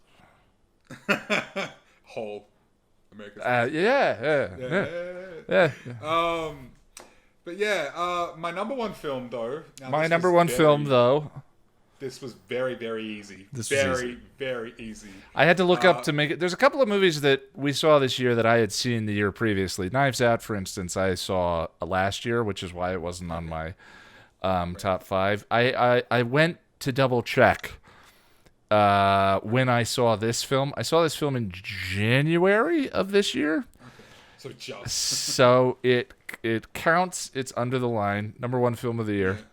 by unanimous It decision. is Doctor Sleep. Director's I'm cut sure version specifically. director's cut, because there is an extra like 26 minutes of scenes. Yeah, I looked it up, and so, a couple of yeah. my favorite scenes in the film, including a scene that takes place at a particular bar, Yes, are yes. only in the director's cut. I was shocked when I heard Yeah. that was not in that version. If you are gonna watch it, find the director's cut. It's very, very good. I didn't write down the director. I apologize, but I have it. He did The Haunting of Something Manor, the first that one. guy. Haunting of Hill Yeah, House. Mike Flanagan. yeah. That's it. Also did the That's it. Yeah. screenplay. And a lot of the ghostly effects are very reminiscent of Haunting of Hill House. But yeah, this is now one of my favorite films of all time, and it's an easy 10 out of 10 for me. And I don't give that rating a lot, but this was flawless, perfect for me. For the uninitiated, it's based off a Stephen King book and serves as a sequel to The Shining. And speaking of The Shining, we sort of touched on it a bit before. I know that as a horror fan, it's blasphemous to say this, but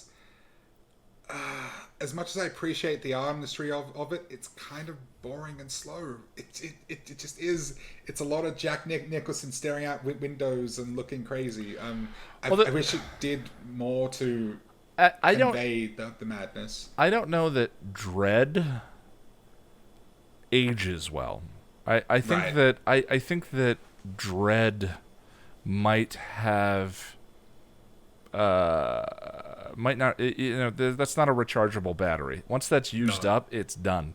And that Right, movie yeah. is an exercise at building dread and tension that I Yeah. think works the first couple of times wonderfully, and then if you're not Yeah.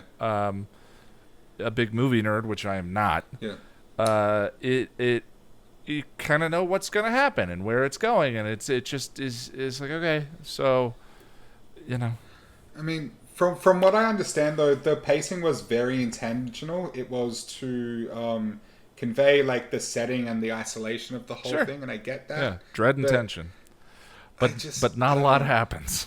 Yeah, not a lot happens Yeah. until the end, really. But yeah, one of the things I love about Doctor Sleep, though, is that retroactively it makes me like the Shining more when I connect too. it to the Shining. And yeah, we watched the director's cut, as we said, which is just under 3 hours. And typically a film that runs that long begins to drag and feels like its length. Yeah. But this one didn't. This feels like 90 minutes to me.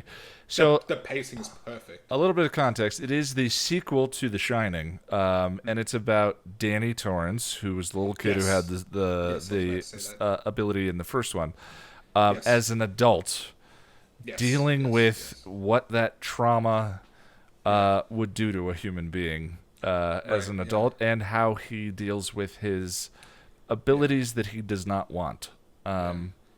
And it's Ewan McGregor as Danny. Yeah, Ewan McGregor, and with a terrific villain, completely unexpected. Rebecca Ferguson plays Rose Yes, the Hat. Rose the Hat.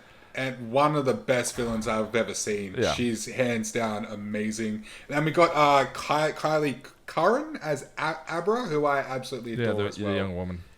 Yeah, absolutely loved it. Yep, I agree. Big recommendation. I think we spent a lot of time talking about it. Yeah, I will just say though, I'll finish off by saying that it's a really interesting blend of genres. And at its core, it is a horror film, but there's more to it than that. I don't know if I can say it transcends the genre, but it has all these other elements that make it work like really well. It together. feels more like the tone of Harry Potter and the Deathly Hallows to me than it really does does. any horror movie. It's Feels like dark. like an adventure. It in feels a it's sense. I would say it's dark fantasy. Yeah, Yeah. that's a good way of putting it. Yeah, I've seen it 3 times this year now, and I love it. Yeah. Amazing. Yeah, terrific. And yeah, so it was your number one as well. You know? Yep. Yep. All right, bud. Bottom 3. Okay.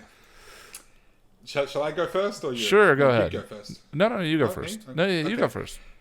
Number 3, Citizen Kane.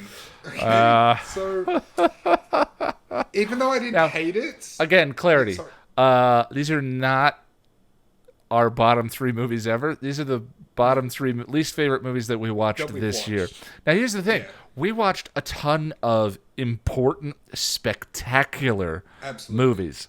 So we're owning that this is like incredibly subjective and personal Yes. Very to much so, the yeah. way we reacted to those movies Yeah. that we'd never Yeah. seen before. And if you liked Citizen Kane, that's fine. I'm happy for you. Like, I'm Yeah. genuinely happy I for wish you. that I had. I always say that about yeah. episodes. I wish that I had. Yeah. But even though I didn't hate it, I'm putting it on the list here because it disappointed me, man. Like, Yeah. as I said before, I went into it really wanting to love it, and I really thought that then I would. But it ended up just falling short, I guess. I very much appreciate it for the impact and the influence that it had on film. And for the most part, I do think that it deserves its place in cinematic history. But it just ended up feeling kind of empty to me, and I just wish it had more. Yeah. It's beautifully composed. I mean, it's a Very much so. Yeah. I kept saying when we were watching it, it reminded me of a graphic novel. The Yeah. way shots were framed and the way everything was laid out was wonderful. It's just And the a lot of substance of the people- story. It was like Yeah. a prequel to A Christmas Yeah. Carol. Who wants to see the guy become a jerk? That's not a Yeah. good story. And like a lot of people can consider it, like film nerds consider it to be the invention of cinematography as an art form, and I can see that. I can very much see seeing that in it, but yeah, it just wasn't. I don't know. I wanted to like it so much more than I did. But Ian, what about you? Number 3. See, this is the thing, right? Okay. I'm not pretentious. Am I pretentious? Maybe I'm pretentious. I'm sometimes. We're all pretentious I mean, sometimes. Yeah. I mean, we're nerds, so I'm not particularly snobby, comes but with the territory. there is a part of me that wants to read War and Peace and be like, the drama of it. That was so meaningful. Yeah. There is definitely a part of me. So I feel like the bottom 3 list for me is a little embarrassing because, like, I want to have. I know that this movie is one of Martin Scorsese's favorite movies. We watched a remaster of it, and he's listed in the credits. You know, and I want to have that experience that they do. Not because I want to be Martin Scorsese, but because I admire the work of the people. Like, you know, you always want to have a great experience. You want to have a great experience. To it, yeah. Boy, did I not connect to the Red Shoes. My favorite part of the Red Shoes was that Lonnie saw the connection. Well, no, that. No? But Lonnie caught the connection to. I think it was Lonnie caught the connection to, the Angel episode where they go to the ballet. Oh yeah, right. Waiting in the Wings. Waiting in the Wings. Joss is doing the Red Shoes in that, and that's part of the joy of the List of Shame, is to seek out to learn cultural references and to kind of broaden your palate.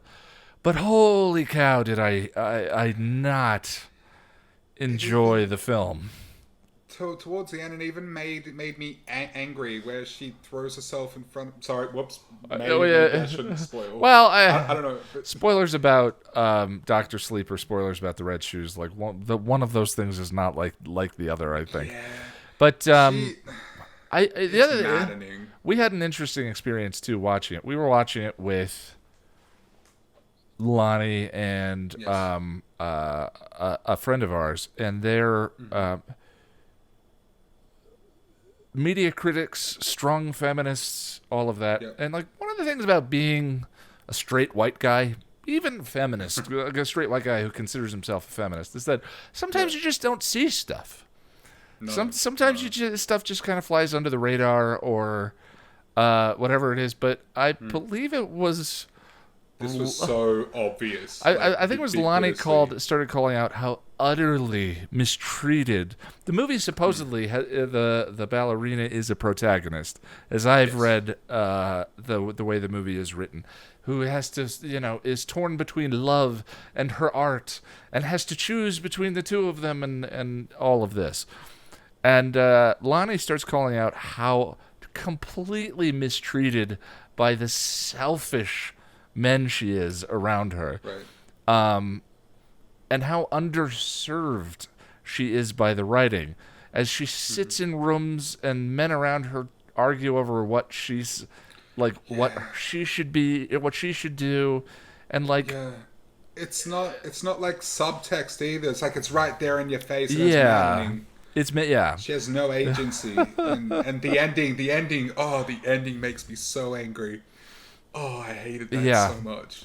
Yeah, now I know I think it's based on this is a particular instance where I think knowing the etymology of the entire thing would make a difference. I believe it's based on a ballet originally, and the way it was adapted and so forth, which could account for some of the dated whatever. But I just found it kind of exhausting, except for the 10-minute sequence in the middle where they've been beautiful. Yeah, they're rehearsing, training to do this ballet, so forth, and then the movie switches, goes into the stage, and what's on stage becomes reality, and we were taken through surrealist. the ballet, and it's beautiful. And then the movie goes back to love or your art. And it's like, there's no reason you can't have both. And it's just these two men are assholes. I could not get past the literal. If it's like supposed, any of them. Yeah. I by the end it was kind of driving, and it's very slow. I don't know. Very, yeah. But again, a part of me just wants to be that guy who says, "Oh man, the red shoes is wonderful." I was moved by what I saw, but I'm just not. So it is what it is. Yeah. Number two for me, Ian, Star Trek: The Motion Picture. This one surprised me too, but because I ended up hating it so much more than I thought I would. It's full of these long, drawn-out, pretentious shots. Like, there's this one sequence towards the beginning where the camera slowly pans around the Enterprise, and it goes for like 7 minutes. Yeah. And there's nothing. It's just slowly panning around. That's it. There might be a couple like small ships flying around in the background, but it's so boring. And we were talking about like grueling watches this, but I couldn't wait for this shit to be over, man. Yeah, it was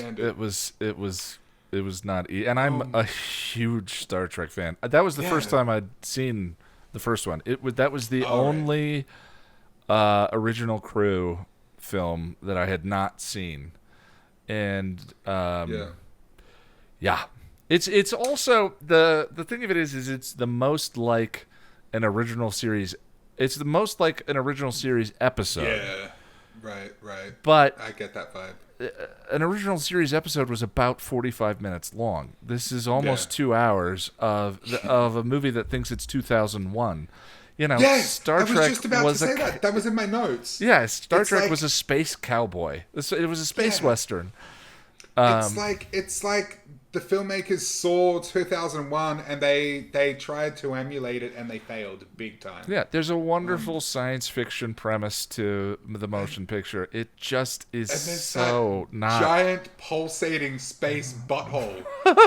Like I sat there silently for a couple of minutes and I'm like, guys, does that look like a butthole to anyone else? And you're like, yes. Yeah. It's the strangest thing ever. Yeah, I didn't like it. And for the rest of the movie, we could not get off the butthole. We could not stop talking about the space butthole. three-quarters of the way through, I think. I don't know. That whole film, Like felt like 5 hours. Like I said, there's a 45-minute episode of the original series in there, and if you're a big fan of Star Trek, you're probably bristling at me saying it's a space western.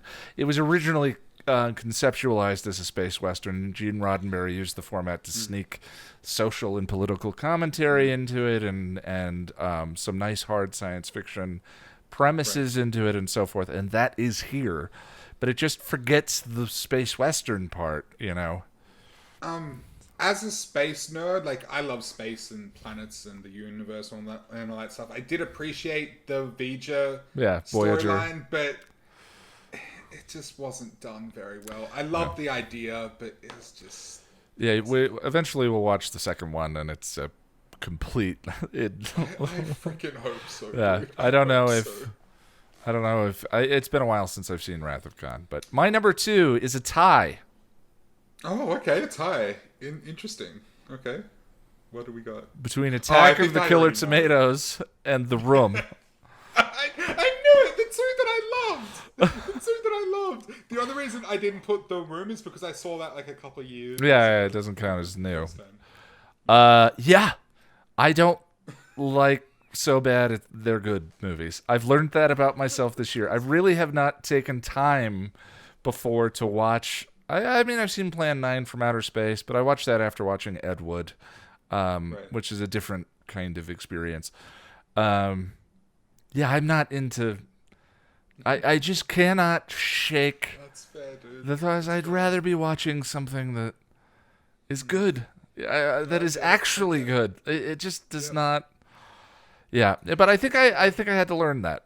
And it was the right audience. We watched it with our watch group. We all love each other. Like, we've got good chemistry. So the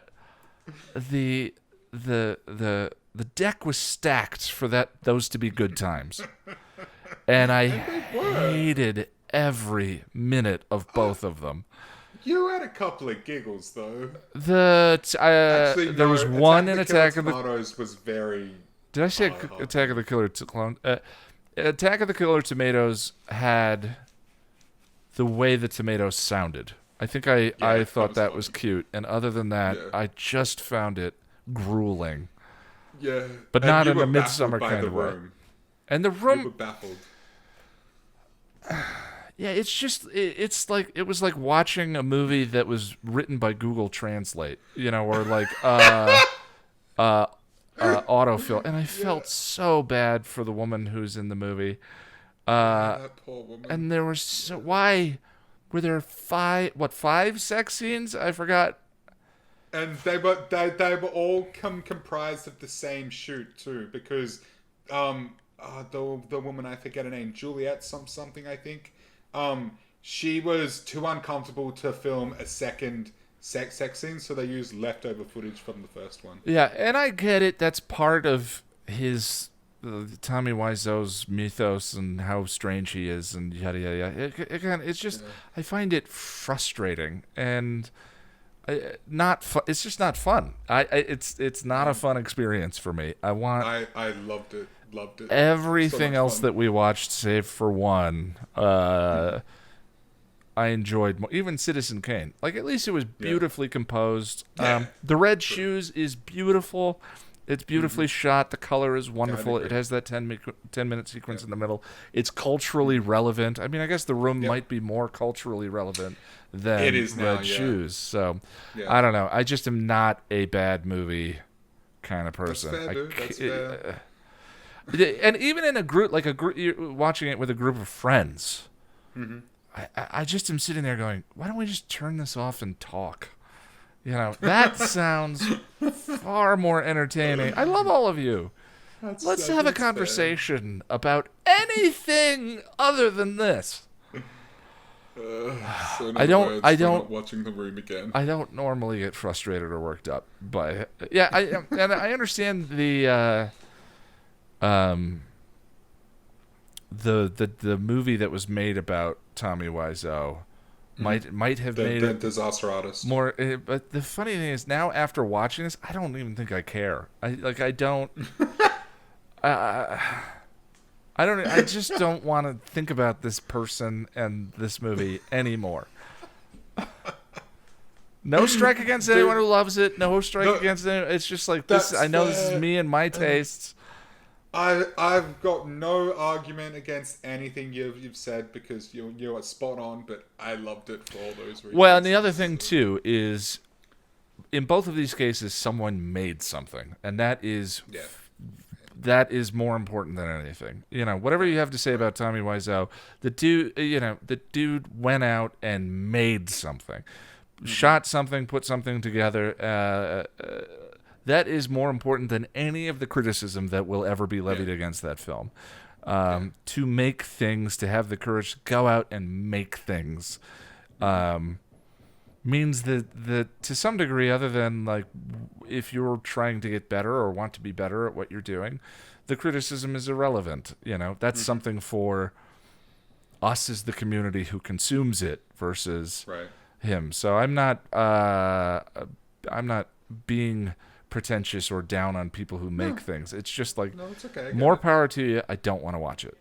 Yeah, I get it. Well, now number one, I'm pretty sure we have the same movie. Number one. Yeah, The Pledge. Kind of unexpected. Neither. It was Sean Penn, wasn't it? Directed by Sean Penn. Robin Wright is in it. And Jack Nicholson. Jack Nicholson plays a cop who that is chasing after that one case that got away, who's a child murderer.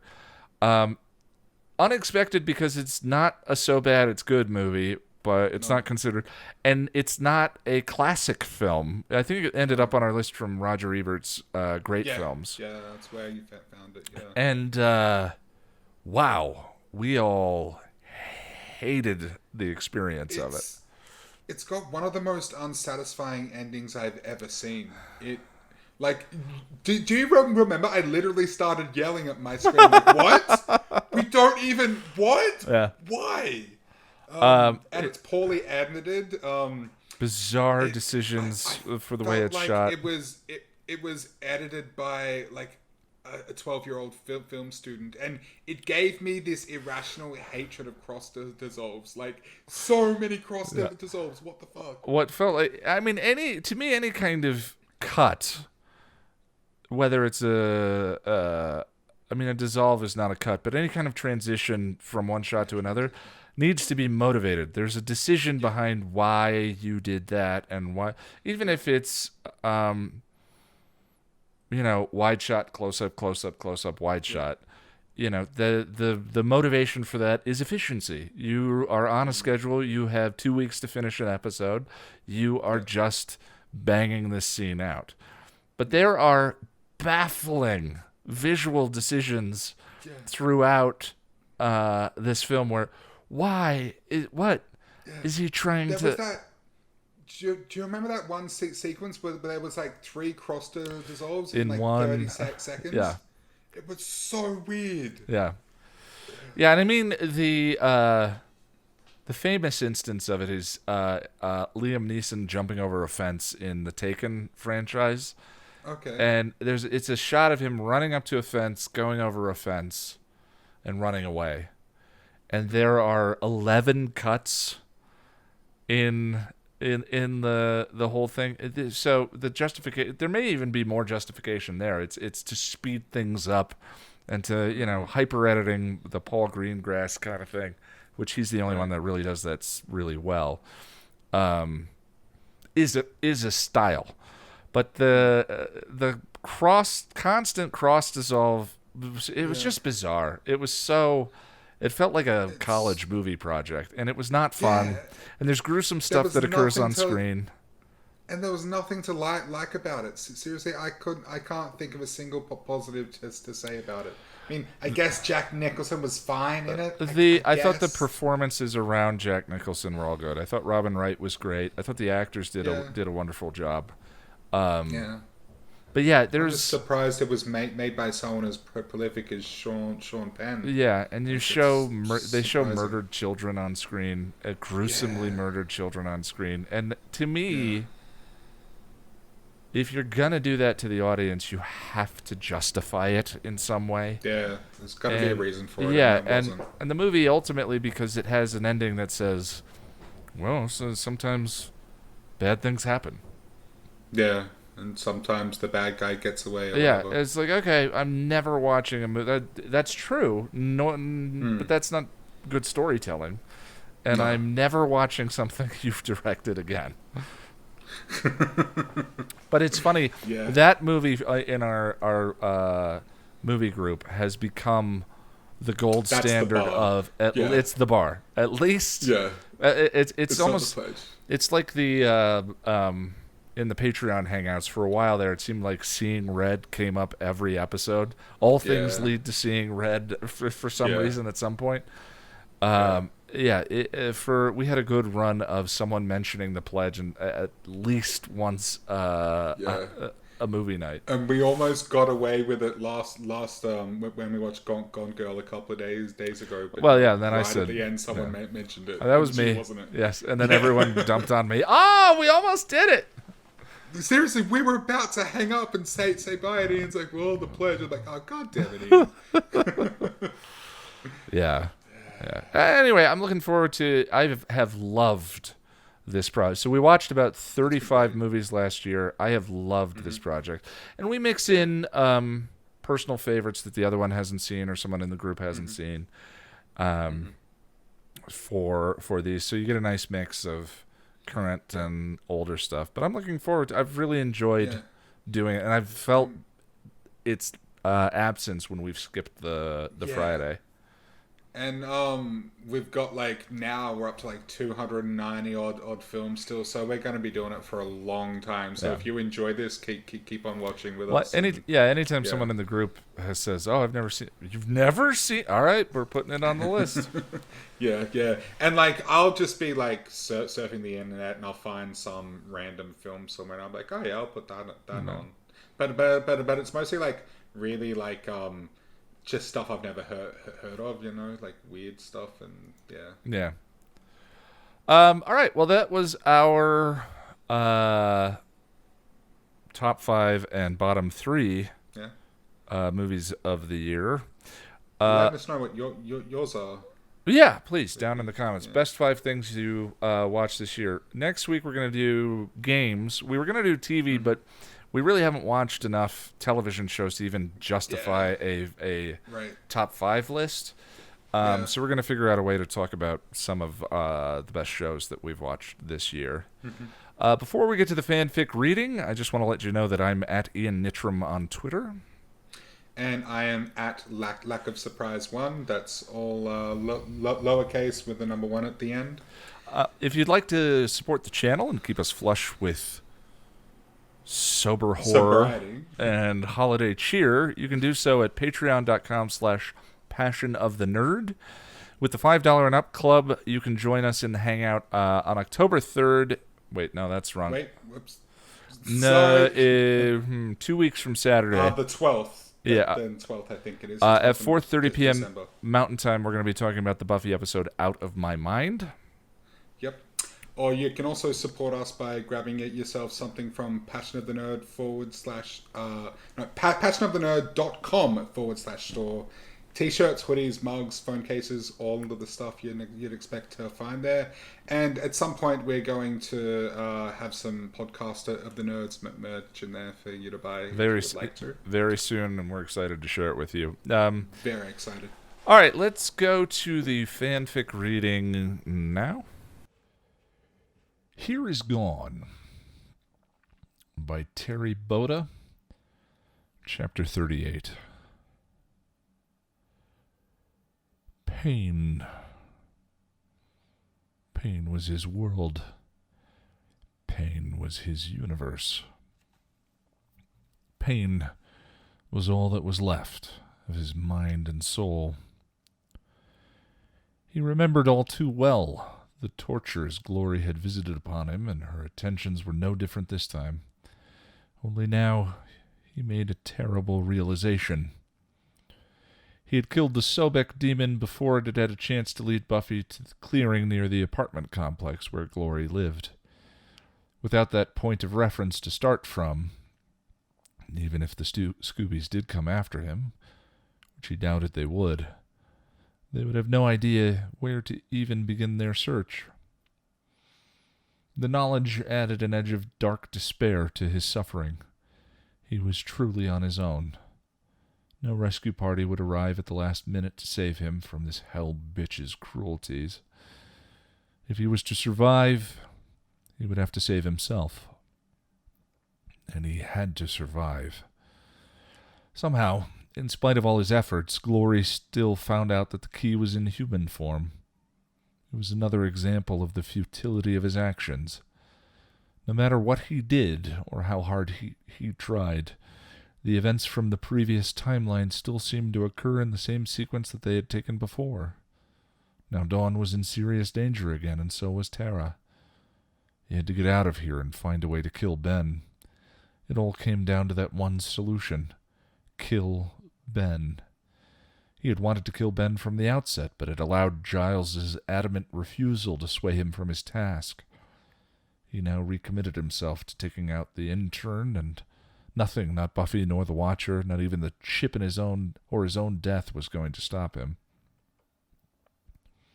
Now all he had to do was escape from the hell bitch's clutches and get somewhere safe long enough to heal and figure out how to kill a human when the chip wouldn't let him even think about hurting anyone. Gathering what was left of his strength, he prepared to taunt Glory into kicking him out of the chains so he could try to stagger his way out of the building. Worked so well last time. A sharp slap to the face brought him out of his thoughts, and he became aware once again of his body hanging from the chains in the ceiling, broken and bloodied as he tried to alleviate the pressure by standing on his toes. I have a riddle for you, Precious. How is a vampire that won't talk like an apple? She taunted sweetly. She brought a knife down to his chest and peeled away the skin, leaving a patch of exposed red flesh. He went rigid with pain and gasped. Think I could do you in one long strip? She asked, flashing the knife. Spike swallowed slowly and licked his lips. Enough, he whispered hoarsely. No more. I'll tell you where the sodden key is.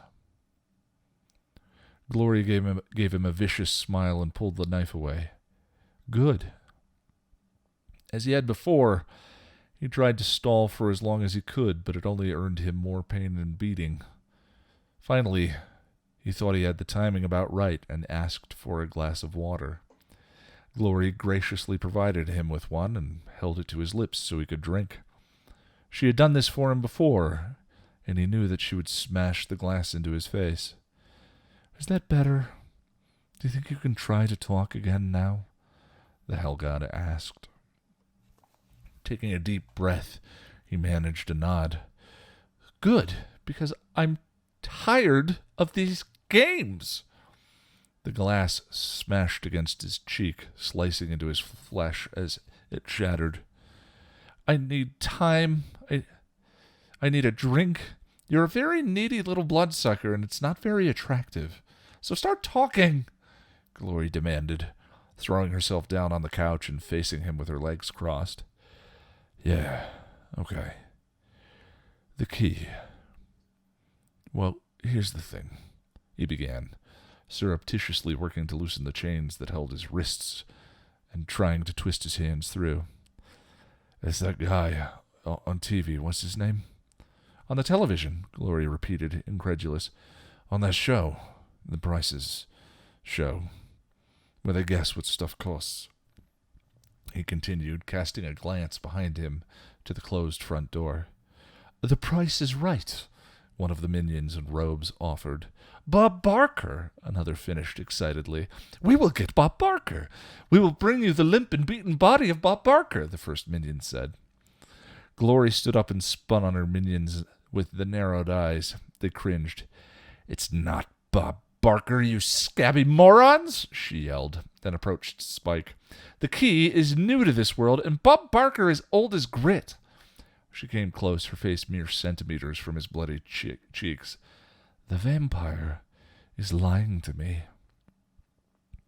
He laughed thinly, with not a small hint of hysteria and bitterness in his voice, as he continued to work on freeing his hands.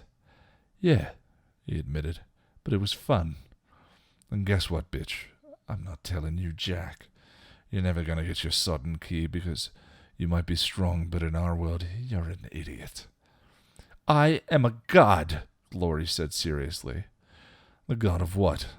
"Bad home perms," he taunted, seeing her get angry and feel at her hair. "Shut up! I command you to shut up!" she demanded. "Yeah, okay. Sorry. But I just had no idea gods were such prancing lightweights," he continued, looking at the door and trying to line his body up with it. Glory gave him an angry snort, coming close as he punctuated his next words with as much contempt as he could muster.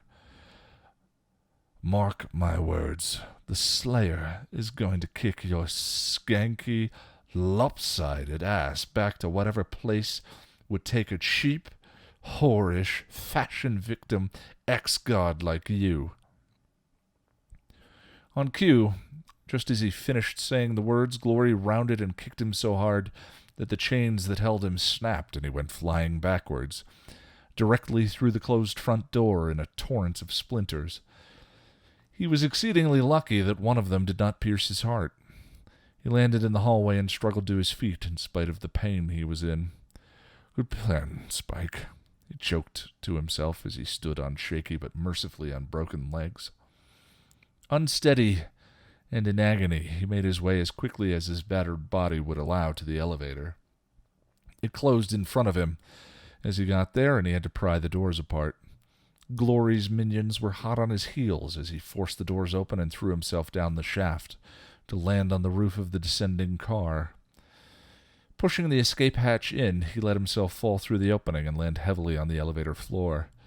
He knew the minions would be waiting for him when it stopped at the lobby, and he would have to fight his way through them, then get to the basement where he could hopefully either find a way into the sewers or hole up in a safe place to hide until nightfall. He stood, ready to fight the moment the doors opened, knowing there would be no help for him this time. The elevator stopped. The doors slid open. He tensed and prepared to do battle for his own life. "You do not insult Glory by escaping," one of the minions said as they came towards him. Setting his jaw, he was ready for them, fists clenched. Then a miracle happened, and for a moment he could not believe what he was seeing as the building doors flew open with a powerful kick, and Buffy was there, crossbow in hand. The robot, the whelp, the watcher, witch and demon girl were all with her, all battle-ready and supremely pissed off.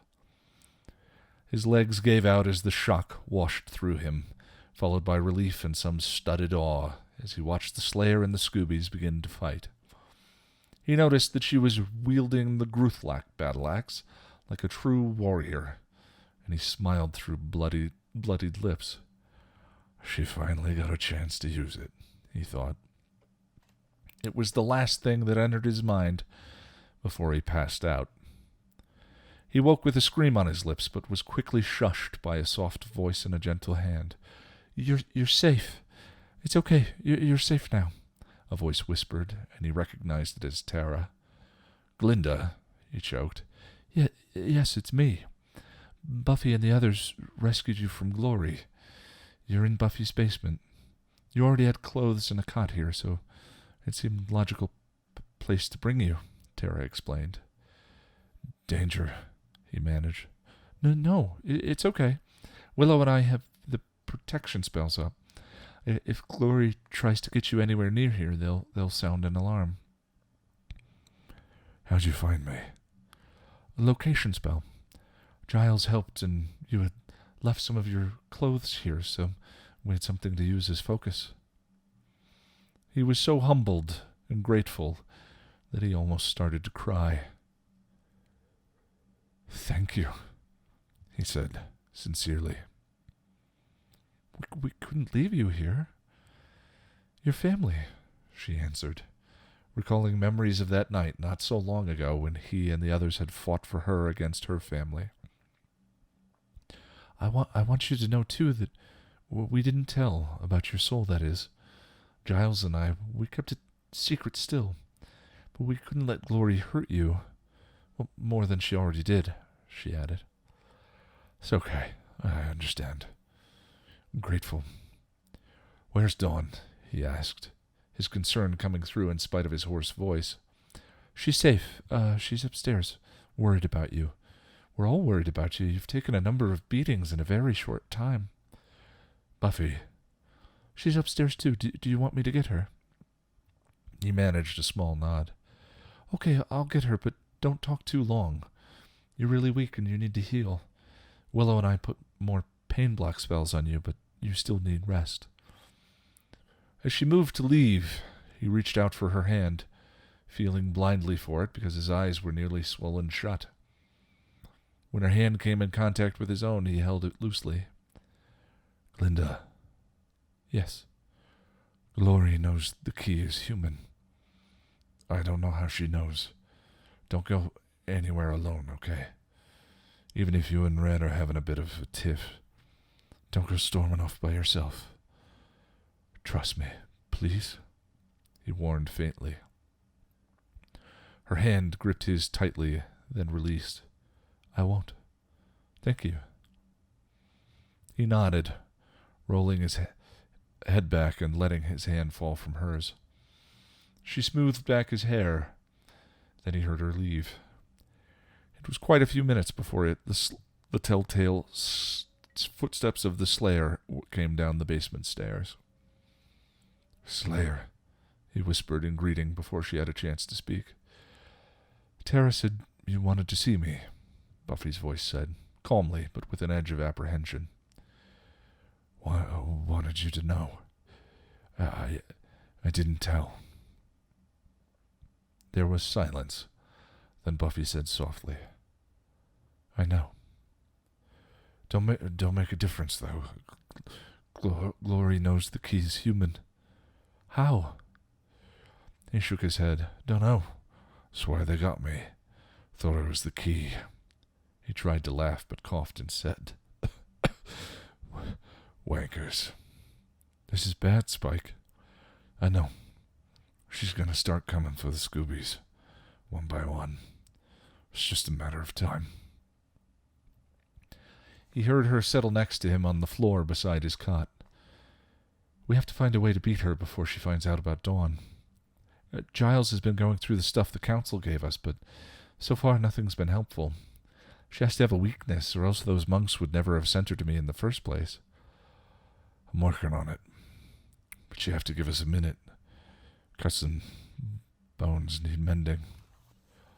I should let you rest. Glory really beat you up. You've been beaten up a lot lately. He sighed and smiled to himself. Takes more than all that to keep me down. I'm a tough old bastard, I am. Take a licking and, you know. Buffy laughed softly at his joke. Yeah, I figured that. You've suffered a lot lately, and you've helped a lot. Granted, I'm not pleased with finding out you had a robot of me made by that twisted geek Warren, but it wasn't supposed to. He tried. I know, but still, ew. I'm just glad it isn't a good copy of me. I mean, how could anyone think that thing was me? It isn't even real. He wisely kept silent, knowing full well that Warren's creation had fooled the demons of Sunnydale for almost 4 months during the summer of Buffy's death. Then he felt her take his hand gently. What you did for me, and for Dawn, that was real. I won't forget it. He heard her lean close, then felt her plant a chaste kiss against his temple. Thank you, she whispered very softly. Buffy, he murmured, but she was already pulling away. I should let you rest. I have a sick feeling that things are going to heat up pretty quick around here, and we'll need your help. He nodded as she stood and walked off. He tracked her with his hearing until she passed at the basement steps. "I'll have Dawn bring down some blood for you. She's anxious to see you, and it'll give her an excuse to come down," she said. "Thanks." "You're welcome." There was another pause, then she said softly, "Get some rest, Spike." "Thanks." "You're welcome," he whispered back, but she didn't hear him. She had already climbed her way up the stairs, leaving him alone in the basement. Well, Ian, Yes, another one Jack. in the bag. Another one bites the dust. Dun, dun, Yeah, dun. we're almost at the end of the year. Yeah, it's my favorite time of year. I love November and December. January, but now that I made the point of New Year's resolutions, I like January a little more. I get a little more zest for, okay, New Year, let's get to it. What do we want to do? What do we want to get done?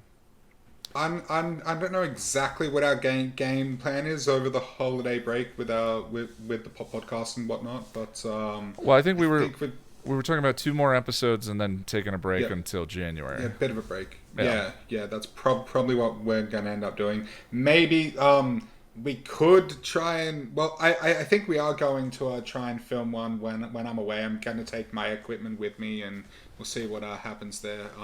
It's just... Yeah, I'll be in a house full of people and dogs and noise and be able to... Lonnie and I will be in the same room. So if... Oh, yeah, we should do that then. Yeah. We could do a 3-person, or if you're not available, I could convince her to do a one-off. So what are we doing next week? So yeah, we're going to be talking about top 5 games that we've played this year. Games played this year. This year. I yes. actually, it's funny, my New Year's resolution, I lost about 30 pounds, but and wrote 20,000 words. I'm going to talk about this in the New Year's thing. Like, I want to bring back doing a little bit of New Year's resolution stuff each week. I think that, it's motivating. I think it's positive. I think it's all about New Year's resolutions. To me, are just dreams. You're dreaming. One of the most insidious things about being a person is the bubble of normal, and forgetting that there is a bubble. And I think if you forget that and sort of get sucked into the life is just numbing by its very nature. Day in, day out, pay bills, do the work, get food, another meal, another bathroom, another shower, that wears you down and it normalizes everything. And at some point, I think the beauty of New Year's resolutions is there are some where it's like, I'd love to lose a little bit of weight, but I really enjoy coming up with stuff that doesn't exist in the bubble, because I think we all fall victim to, like, I can't do that. I'm not a writer. I'm not a this. I'm not a that. It's like, who cares? That's not the point. Like, you're defining your decisions and what's possible for your life by only the things that exist inside your bubble. That gets so numbing and boring. Right. And so I want to come up with some things that don't exist in the bubble every year and shoot for them. If you don't get them, who cares? Well, the thing is, I've never done New Year's resolutions before. Well, not really, and so I'm excited, but I'm also kind of intimidated for some reason. I don't know why. Well, I think most people. I think not most people. I shouldn't say most people. I think a lot of people treat it as a form of self-flagellation, and when that's not what it's about. And if you have a resolution to lose weight, or quit smoking, or quit drinking, or whatever it is, and then you fail, then and I say fail as in stop trying, not slip up. Then the next year you're like, whenever I get excited about New Year's resolutions, I hear people say to me, like, well, yeah, most people don't, like, statistically, most people don't stick. I was like, of course they don't. Of course they don't. But that's not the point. The point is to try. Right, yeah. The point is to dream, come up with a dream for something that sounds exciting. Do you want to skydive? Do that. Let's just try and get that done. I don't know if this is an actual statistic, but I remember reading somewhere that like most people give up on their resolutions by the end of January or Yeah. something like that. This year, because of the podcast, which was originally founded on the idea of resolutions and kind of moving things forward, I Hmm. stuck with things. I was working on the novel in November. It's just been tough to sort of juggle. I've been content to focus on a couple of things, but I lost weight, and gained more subscribers, and Hmm. part of the thing we'll do in January is kind of like an inventory of how the last year went in a couple of different Right. categories, and Yep. then use that as fuel for.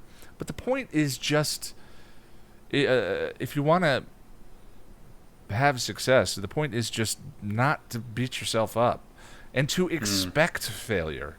Who Right. cares? If I Yeah. slip up and have a donut, Yeah. c'est It's la not the end vie. of the world. And now Yeah. we try again. The Right. genuine failure is, in most cases, really just to stop trying.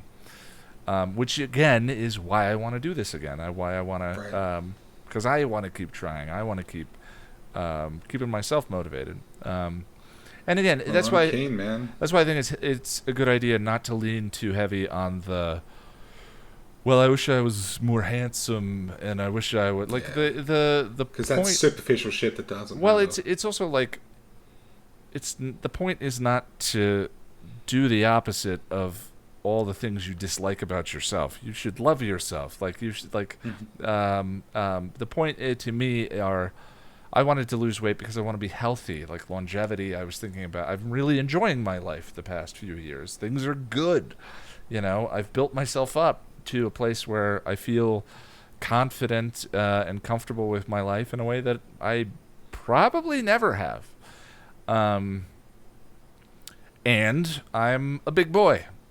Now, Yes. it's not the vanity of that really bothers me. It's that I would like to be experiencing this good life in the best way that I'm physically capable of, healthy and full of energy and all of this. And that was the reason why I thought, okay. And I'm just not for me. Numbers are a score. I make a game out of everything. Ian, you should be a motivational speaker. Holy shit!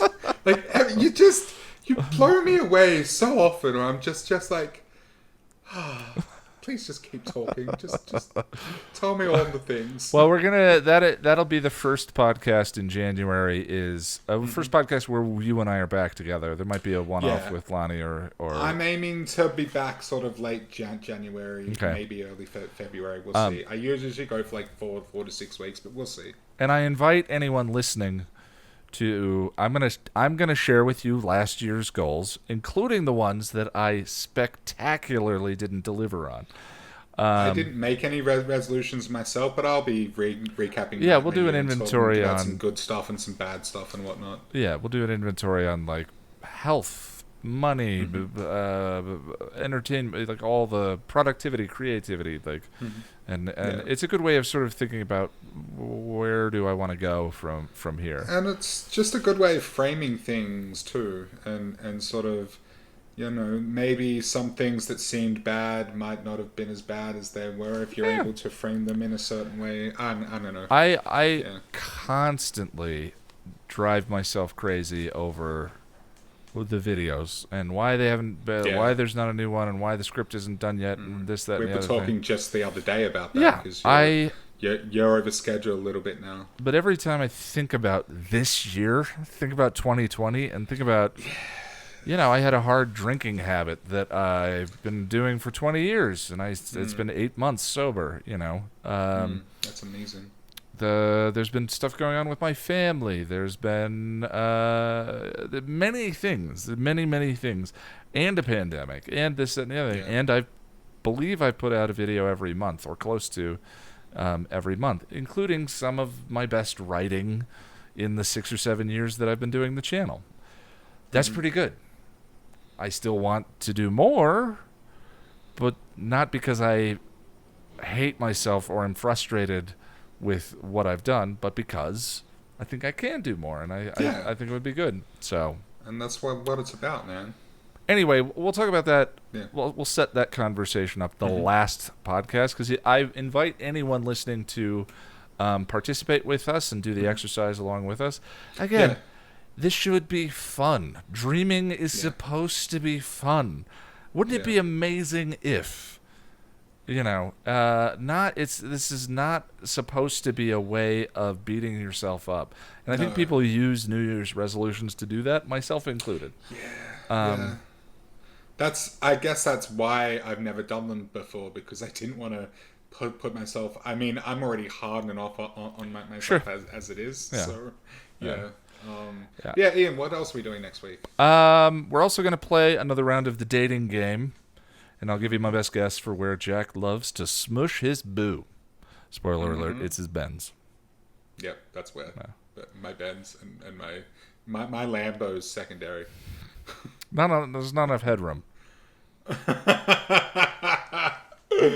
Okay, I guess we should.